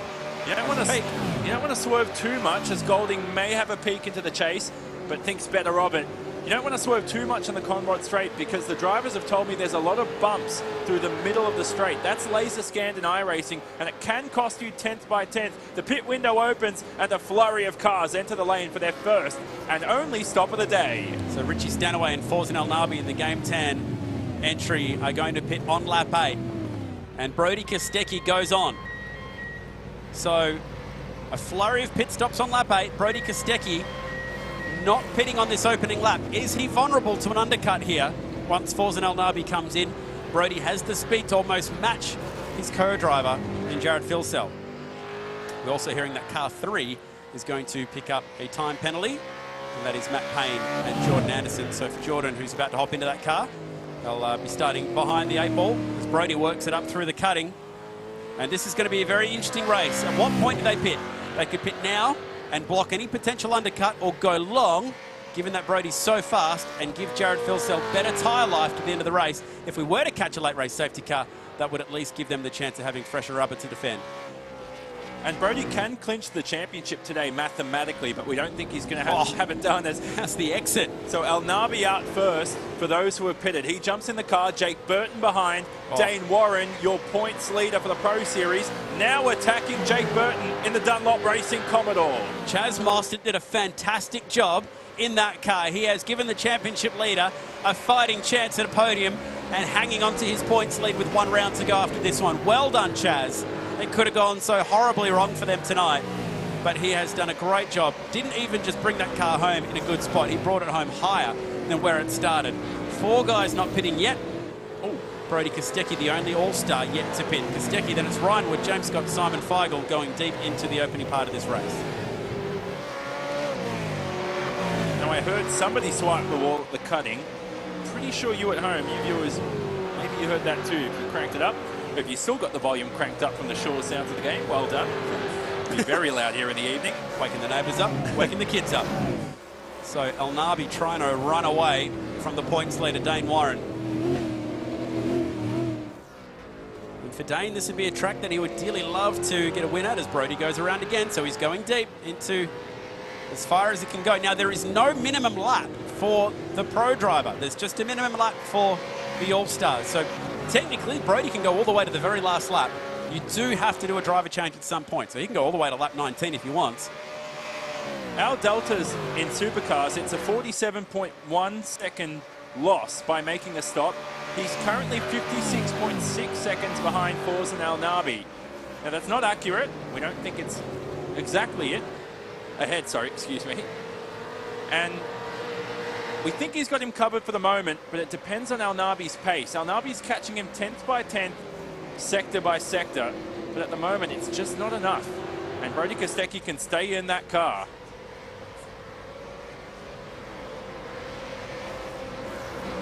So that gap coming down, second to third. Brodie Kostecki going on, still your race leader.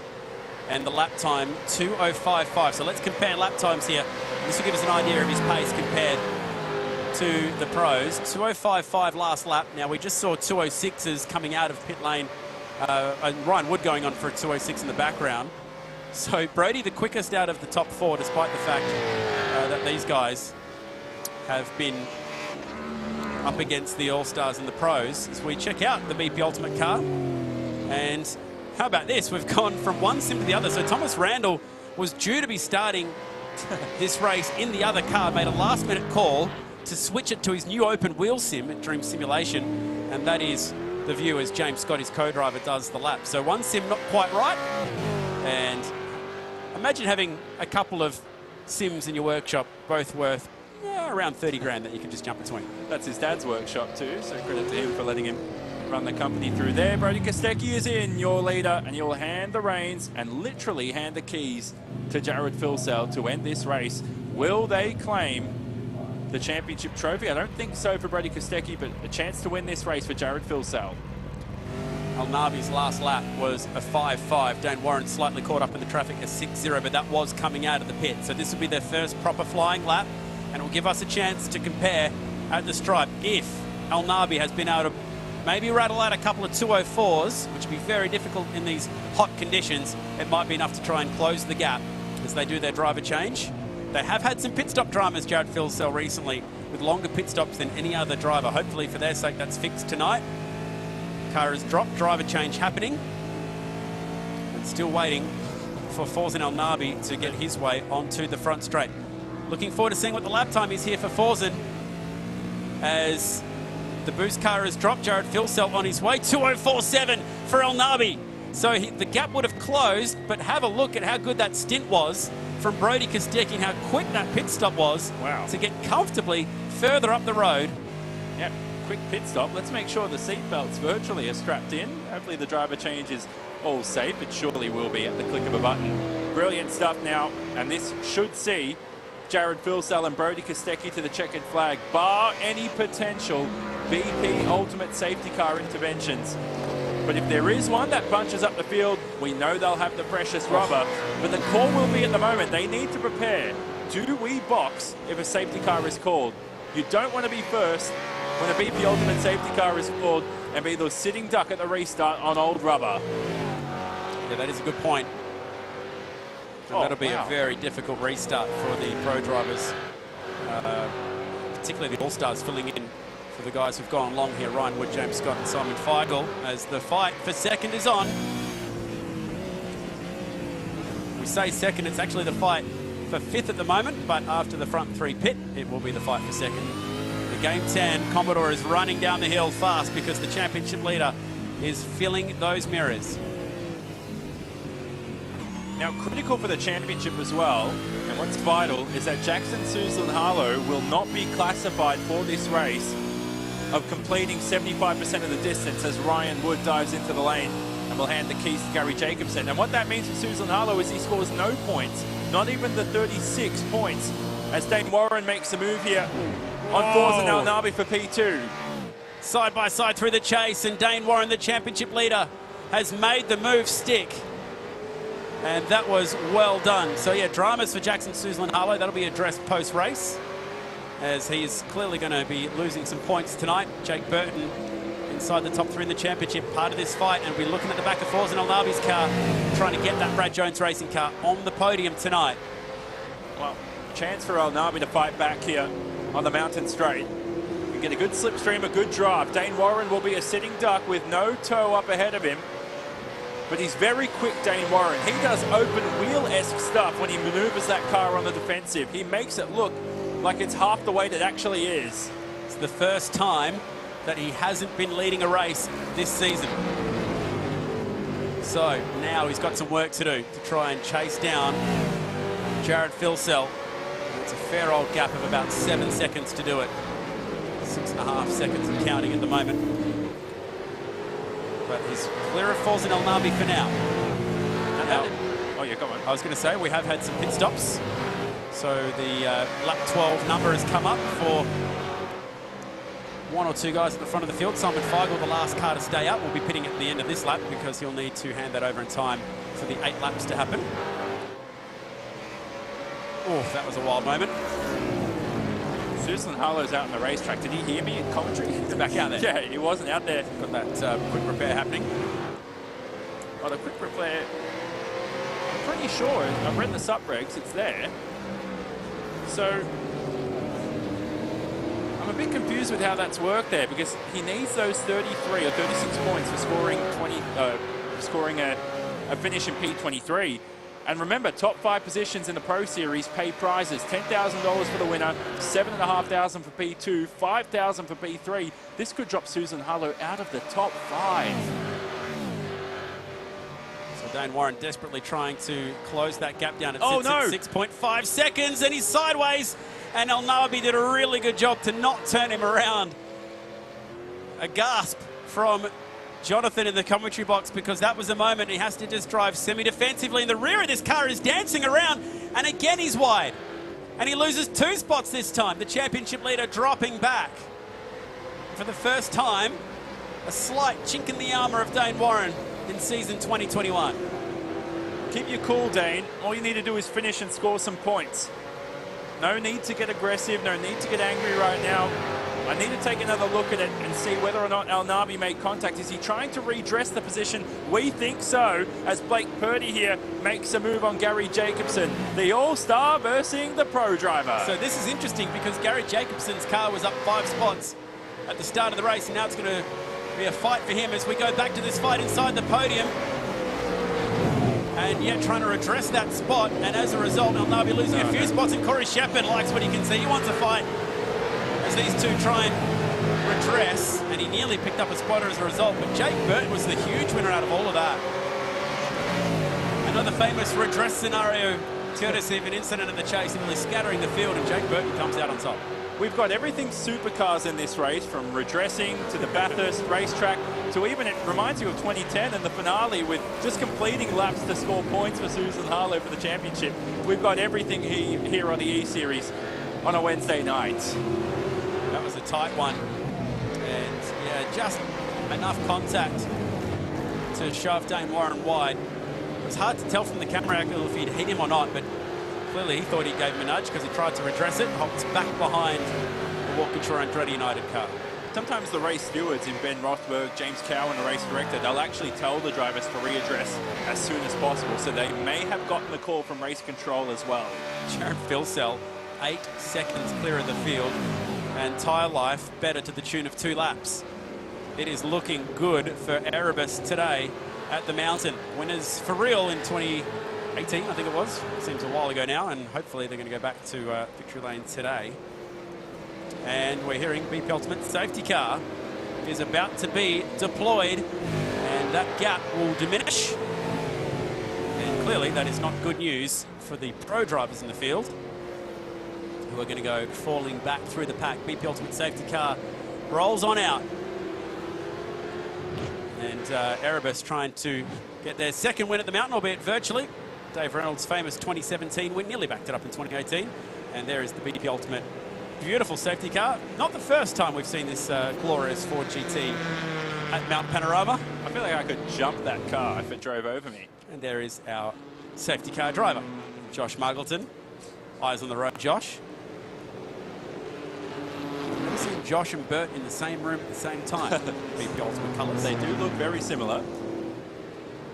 So, a bit on, and let's try and unfurl exactly what did happen for those spots inside the top 3 because it was on between Burton, Warren, El Nabi, Corey Shepherd also in that fight as well. And so this is the boost car trying to get back behind the Walkinshaw Andretti United car. And that's because there was a bump and run, which is when you hit the back of the car. And he nearly did him twice. That's awesome. He waits for him and then hits him again. And it's all happening at Bathurst. And then Corey Shepherd nearly able to get involved in that fight, locking his rears up. It was an awkward address, but he made it stick eventually. Meanwhile, Jake Burton he just hit the road, gapped all of them. Emily Jones caught up to the back of that fight as well. Let's see Cash Converters replay on that one. Wowee. Got very, very clumsy. Obviously all unintentional. So Phil Sell's 8-second lead is gone in the click of a finger. He now has Burton behind him and Dane Warren with a chance to focus at maybe getting back to the front of the field. Phil Sell, Burton, Warren is how this is going to happen. Now there's going to be a chance here to send some drivers who are down a lap around, lucky dog style for our NASCAR fans. We'll run you through the field. Phil Sell, Burton, Warren the top 3. El Nabi dropped back to 4th. Corey Shepherd 5th. Emily Jones, there is your race leader on screen, sits 6th. Madison Downs 7th. Lady Myers doing a nice job with Anton Di Pasquale. They're up 6 spots to 8th. Andrew Gilliam 9th. Unfortunately, Jake Burton losing some spots early. And then there go the wave rounds.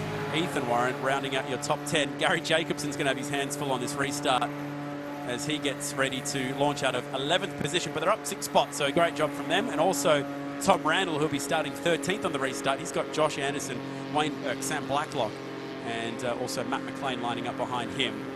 This is a great safety car for Ethan Grid-Gould. A chance to potentially close onto the back of the field in the Logitech car and make up some spots on the restart. So Thomas Randall and James Scott started the race in the pit lane. And we look back at 2014, Chaz Mostert won the race from the back of the grid. Could we see the same for the BP Ultimate car? Can Phil Sell hold his nerve? Remember, his co-driver leading the pro points. 3rd in the queue, leading the pro points, I should say. 1st in the queue, leading the All-Star points. And there's some drama in the background. Randall getting a little impatient in there behind Richard Hampstead. Phil Sell, Burton, Warren, your top 3.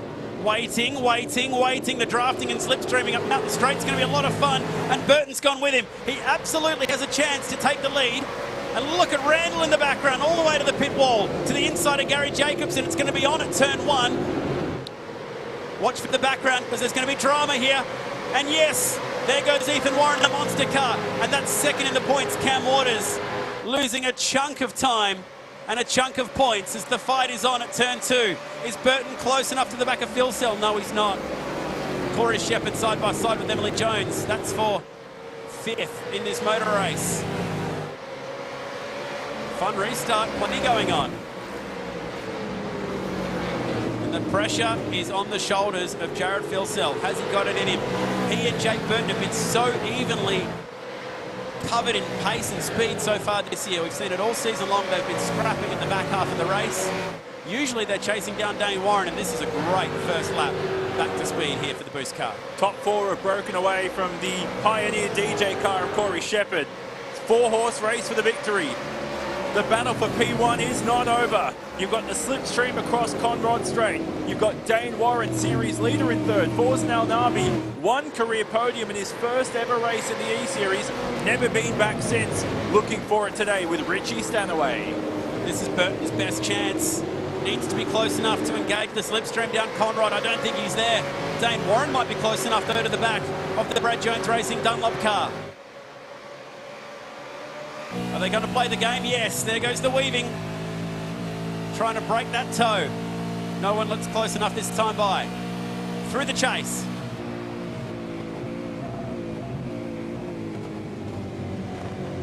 The pressure on Jared Phil Sell just missed the apex slightly. Now remember, drivers did need to take fuel in their pit stop, around about 36 litres. We think they're fine to the finish, but we don't know their numbers. Let's hope they've all taken the minimum fuel required to make the checkered flag too. Intense stuff here for the E-Series Bathurst 125. You raise a good point as cloud cover comes over the track and will drop a little bit of track temperature down to 37.8 degrees. Dynamic sky means cloud cover will move across throughout the course of the race. Oh, Dane Warren, close but not quite close enough. Burton with a bit of a slide through turn 2. Dane Warren looks to have the fast car in this front 3. Neither driver in this front pack has won in the Supercars E-Series at Bathurst. Bathurst has been a part of every edition that we've had of the E-Series, whether it be on Xbox or the Celebrity E-Race, the All-Stars, and that's the commitment from Phil Sell. How close was that across the top at Reed Park? Didn't we see Anton de Pasquale Fair just hit that wall a couple of years back? Looked very similar. Of course, he had a stuck throttle, I believe, on the day. It was car 99 on that day. Down the hill. El Nabi right with him. Look how close Dane Warren is to the back of Jake Burton. If he can stay that close down Conrod, he has a chance to take second in this race. Slingshot engage, grab some gears, and the games begin. And they're working, they're pushing. Remember last race, after the checkered flag? Oh, there goes Jacobson. I think that was the Team Sydney car. Yes, it was. And that was always going to be a tough ask. Jacobson starting with all the pros behind him on that restart. It ends in tears. They rolled the dice on strategy, and it's still going on. Caruso pushing and shoving behind Anderson, and that's Greg Gould in this fight. Matt McLean in the short car, and they'll go all next to each other through the chase. Wow, well done. Ethan Greg Gould makes it through, and they all make it through. Single file now on the exit. Greg Gould, who's finished twice on the podium here in the E-Series at Bathurst, including the 250 race back in 2019. He's very handy around Mount Panorama, and a lot of damage to the sidewall of the panels for the Logitech G racing car. How about Caruso, though? Hopefully he can make up some positions. Brabham didn't have the best of starts in the co-driver slot. So that's a great scrap. And that is for 14th at the moment. And it's important for Ethan Warren in the background as well. As we go back to the leaders. Whoa, that was Brady Myers sideways in turn 2 in the Shell car. And the fight for the leaders back on, so that gap has gone down slightly, and that's a tough spot. He won't be able to get out of there. Oh, that's an awkward spot to reverse. He gets it done and gets away without any more contact. Well done, Brady Myers, but all that hard work from Anthony De Pasquale out the window. And this fight is absolutely onto the front of the field. How good is this? Bathurst turning it on. It doesn't matter if it's real life or not. What did Neil say? If it's ones and zeros, it's just as much fun. And iRacing, Cash Converters, Supercars E-Series, turning it on at the mountain. What a scintillating race. What a cracking battle. What a thrilling finish coming up. We ride on board with your championship leader, Dane Warren, for Walkinshaw Andretti United. Will he claim a Bathurst victory? Never finished on top here in the E-Series. A lot of opposite lock on the exit of the elbow. Cloud cover over the circuit means track temp lowers, track times faster, but the battle intensifies and heats up. Phil Sell is so good across the top of the mountain that it means Burton's not able to get close enough for a run down the hill. Where's El Nabi? I'm looking in the mirrors. If you've ever tried iRacing, this is so difficult to do. Not just to get a clean lap in by yourself is hard, but to do it in a train of cars with limited visibility is exceptional, and these guys are the best, and they're showing why. Don't embarrass us, Chad. We had a lot of trouble during the week. Oh, man, I so good. did. It's cleaner than qualifying was, that's for sure. Now, look how close Warren is. Is there going to be a move at Griffin's? We take on board with Jared Philsell. 3 laps to go. We know the history of Brad Jones Racing at Mount Panorama, and now he's on the defensive. And here comes Warren from a long way back. Great move. Aggressive. Has he got it done? Burton's there. Is there a bit of overlap? Not quite. El Nabi's on the wrong side of the road. Up towards the cutting, has to get out of it. Burton had his pocket picked, and the championship leader goes to second. And with no disrespect to Jake Burton, that is the last thing Jared Philsell wanted to see. Is the Walkinshaw Andretti United Appliances Online Commodore in his mirrors now to end this race. It's given him a slight gap of 0.7 of a second. But Dane Warren might just be able to chase him down anyway. We've seen how quick Dane Warren has been this year. Untouchable, hasn't dropped a point. 600 perfect so far. Can he keep that streak going?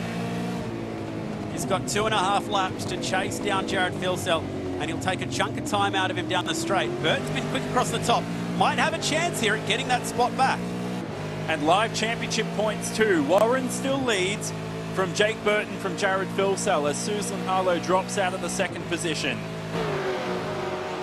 So potentially today, Jake Burton's gained an extra 2.5 grand. Same so for Jared Filsell, if he can take home this victory. Couple laps to go as they cross the line shortly. The gap was 7/10, now it's 4/10. First to second, so the slipstream effect is working. He'll get another bite of it going up Mountain Straight to reel in car 99. We are going to get a last lap scrap between Filsell and Dane Warren.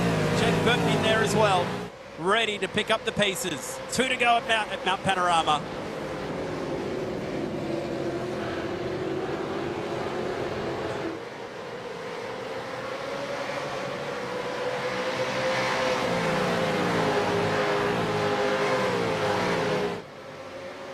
Can he use that slipstream to close that gap? 0.3 of a second.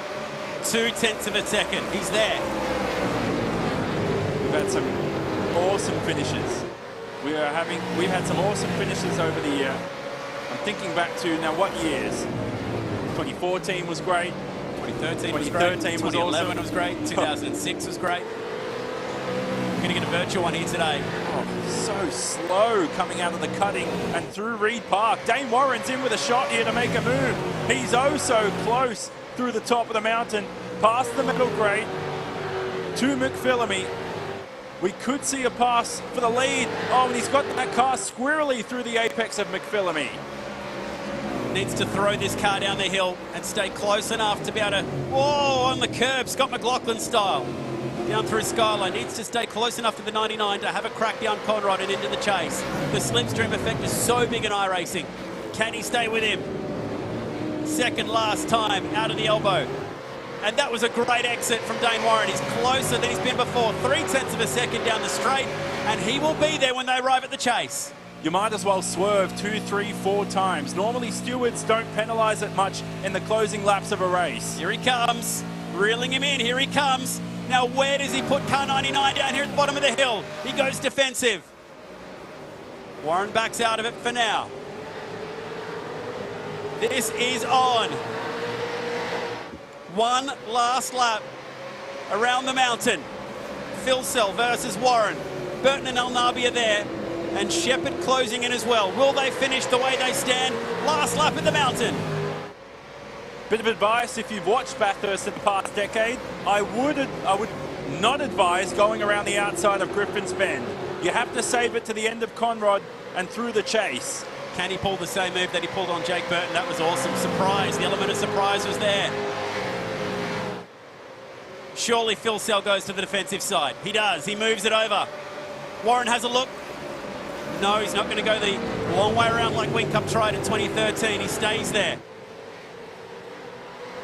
Could he be so daring to try it at the cutting? They're stacking up, they're rubbing, they're pushing. It nearly came unstuck.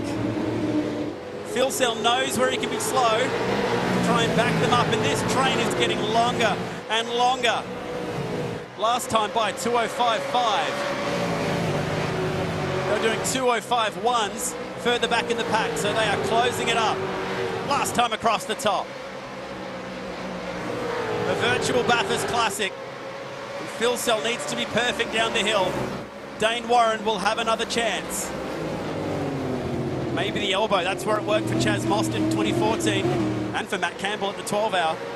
And Jared Filsell needs to pin his hopes on Jake Burton, who can get a good run coming out of the elbow. That could save him from any move from Dane Warren. If he goes for removes, he leaves himself vulnerable. Loss of traction on the exit for Filsell as well. Watch anyone running out of fuel. Some drivers may have short fuel in the pit stop to save some stationary time. Last time down Conrod. Who's it going to be? Great run for Dane Warren. Side by side through the chase. They just about banged doors. Filsell will be on the right side of the racetrack where he wants to be, but Warren's got all the momentum.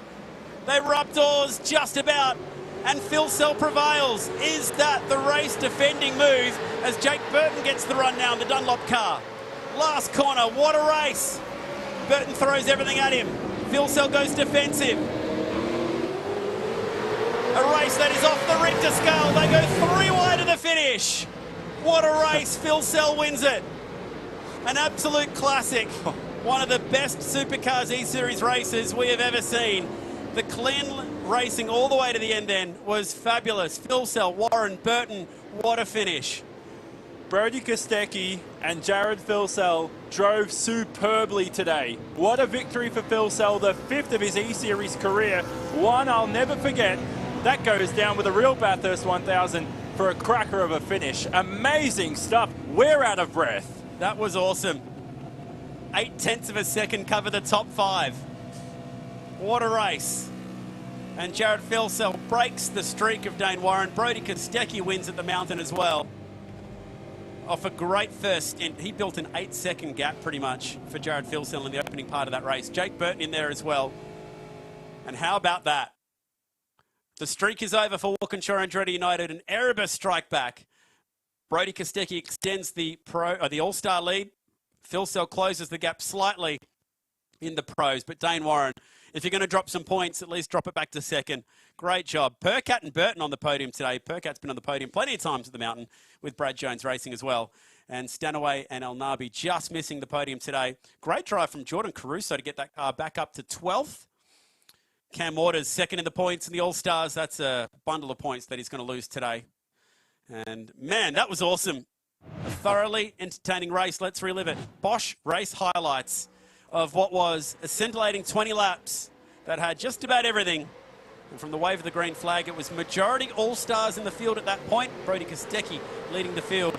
And there was plenty of drama early on, Jonathan. Plenty of battles as well. The Logitech G racing car there of Tony D'Alberto falling foul of some issues. This was a championship changer for Jackson Susan-Harlow as his teammate and co-driver Macaulay Jones found some issues at the exit of the chase. There's a bit of drama between these two, and on the redress, it nearly happened again. That was El Nabi trying to give the spot back to Dane Warren, and they were nearly tripping over each other. Corey Shepherd locking the wheel, and how about the restart?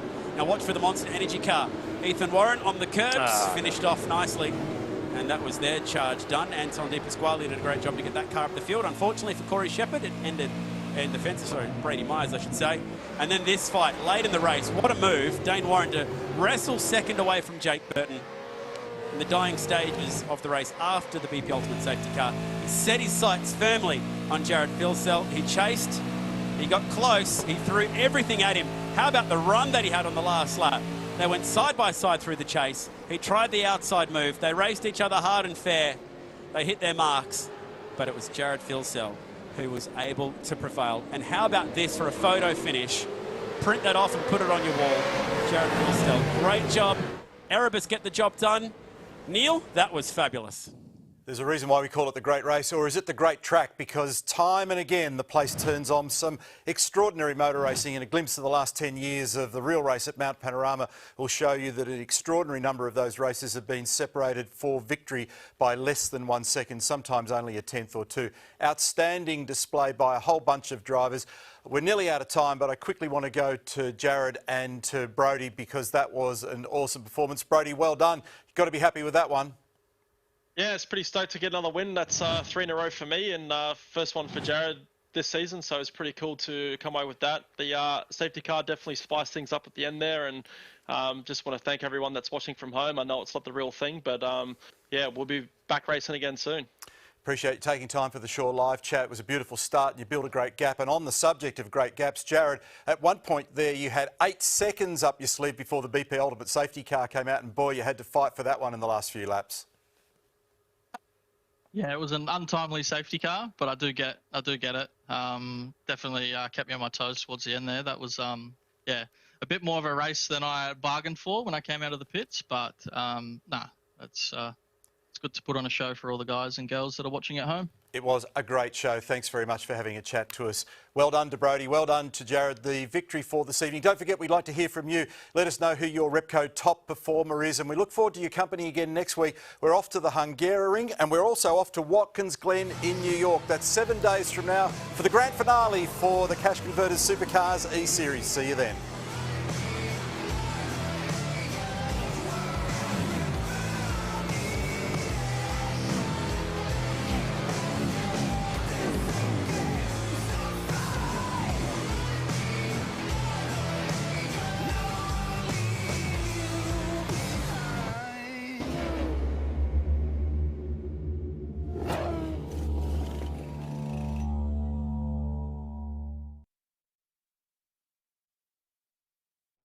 Cash Converters Supercars E-Series is proudly brought to you by Pagnian, official reseller of Next Level Racing and Thrustmaster products.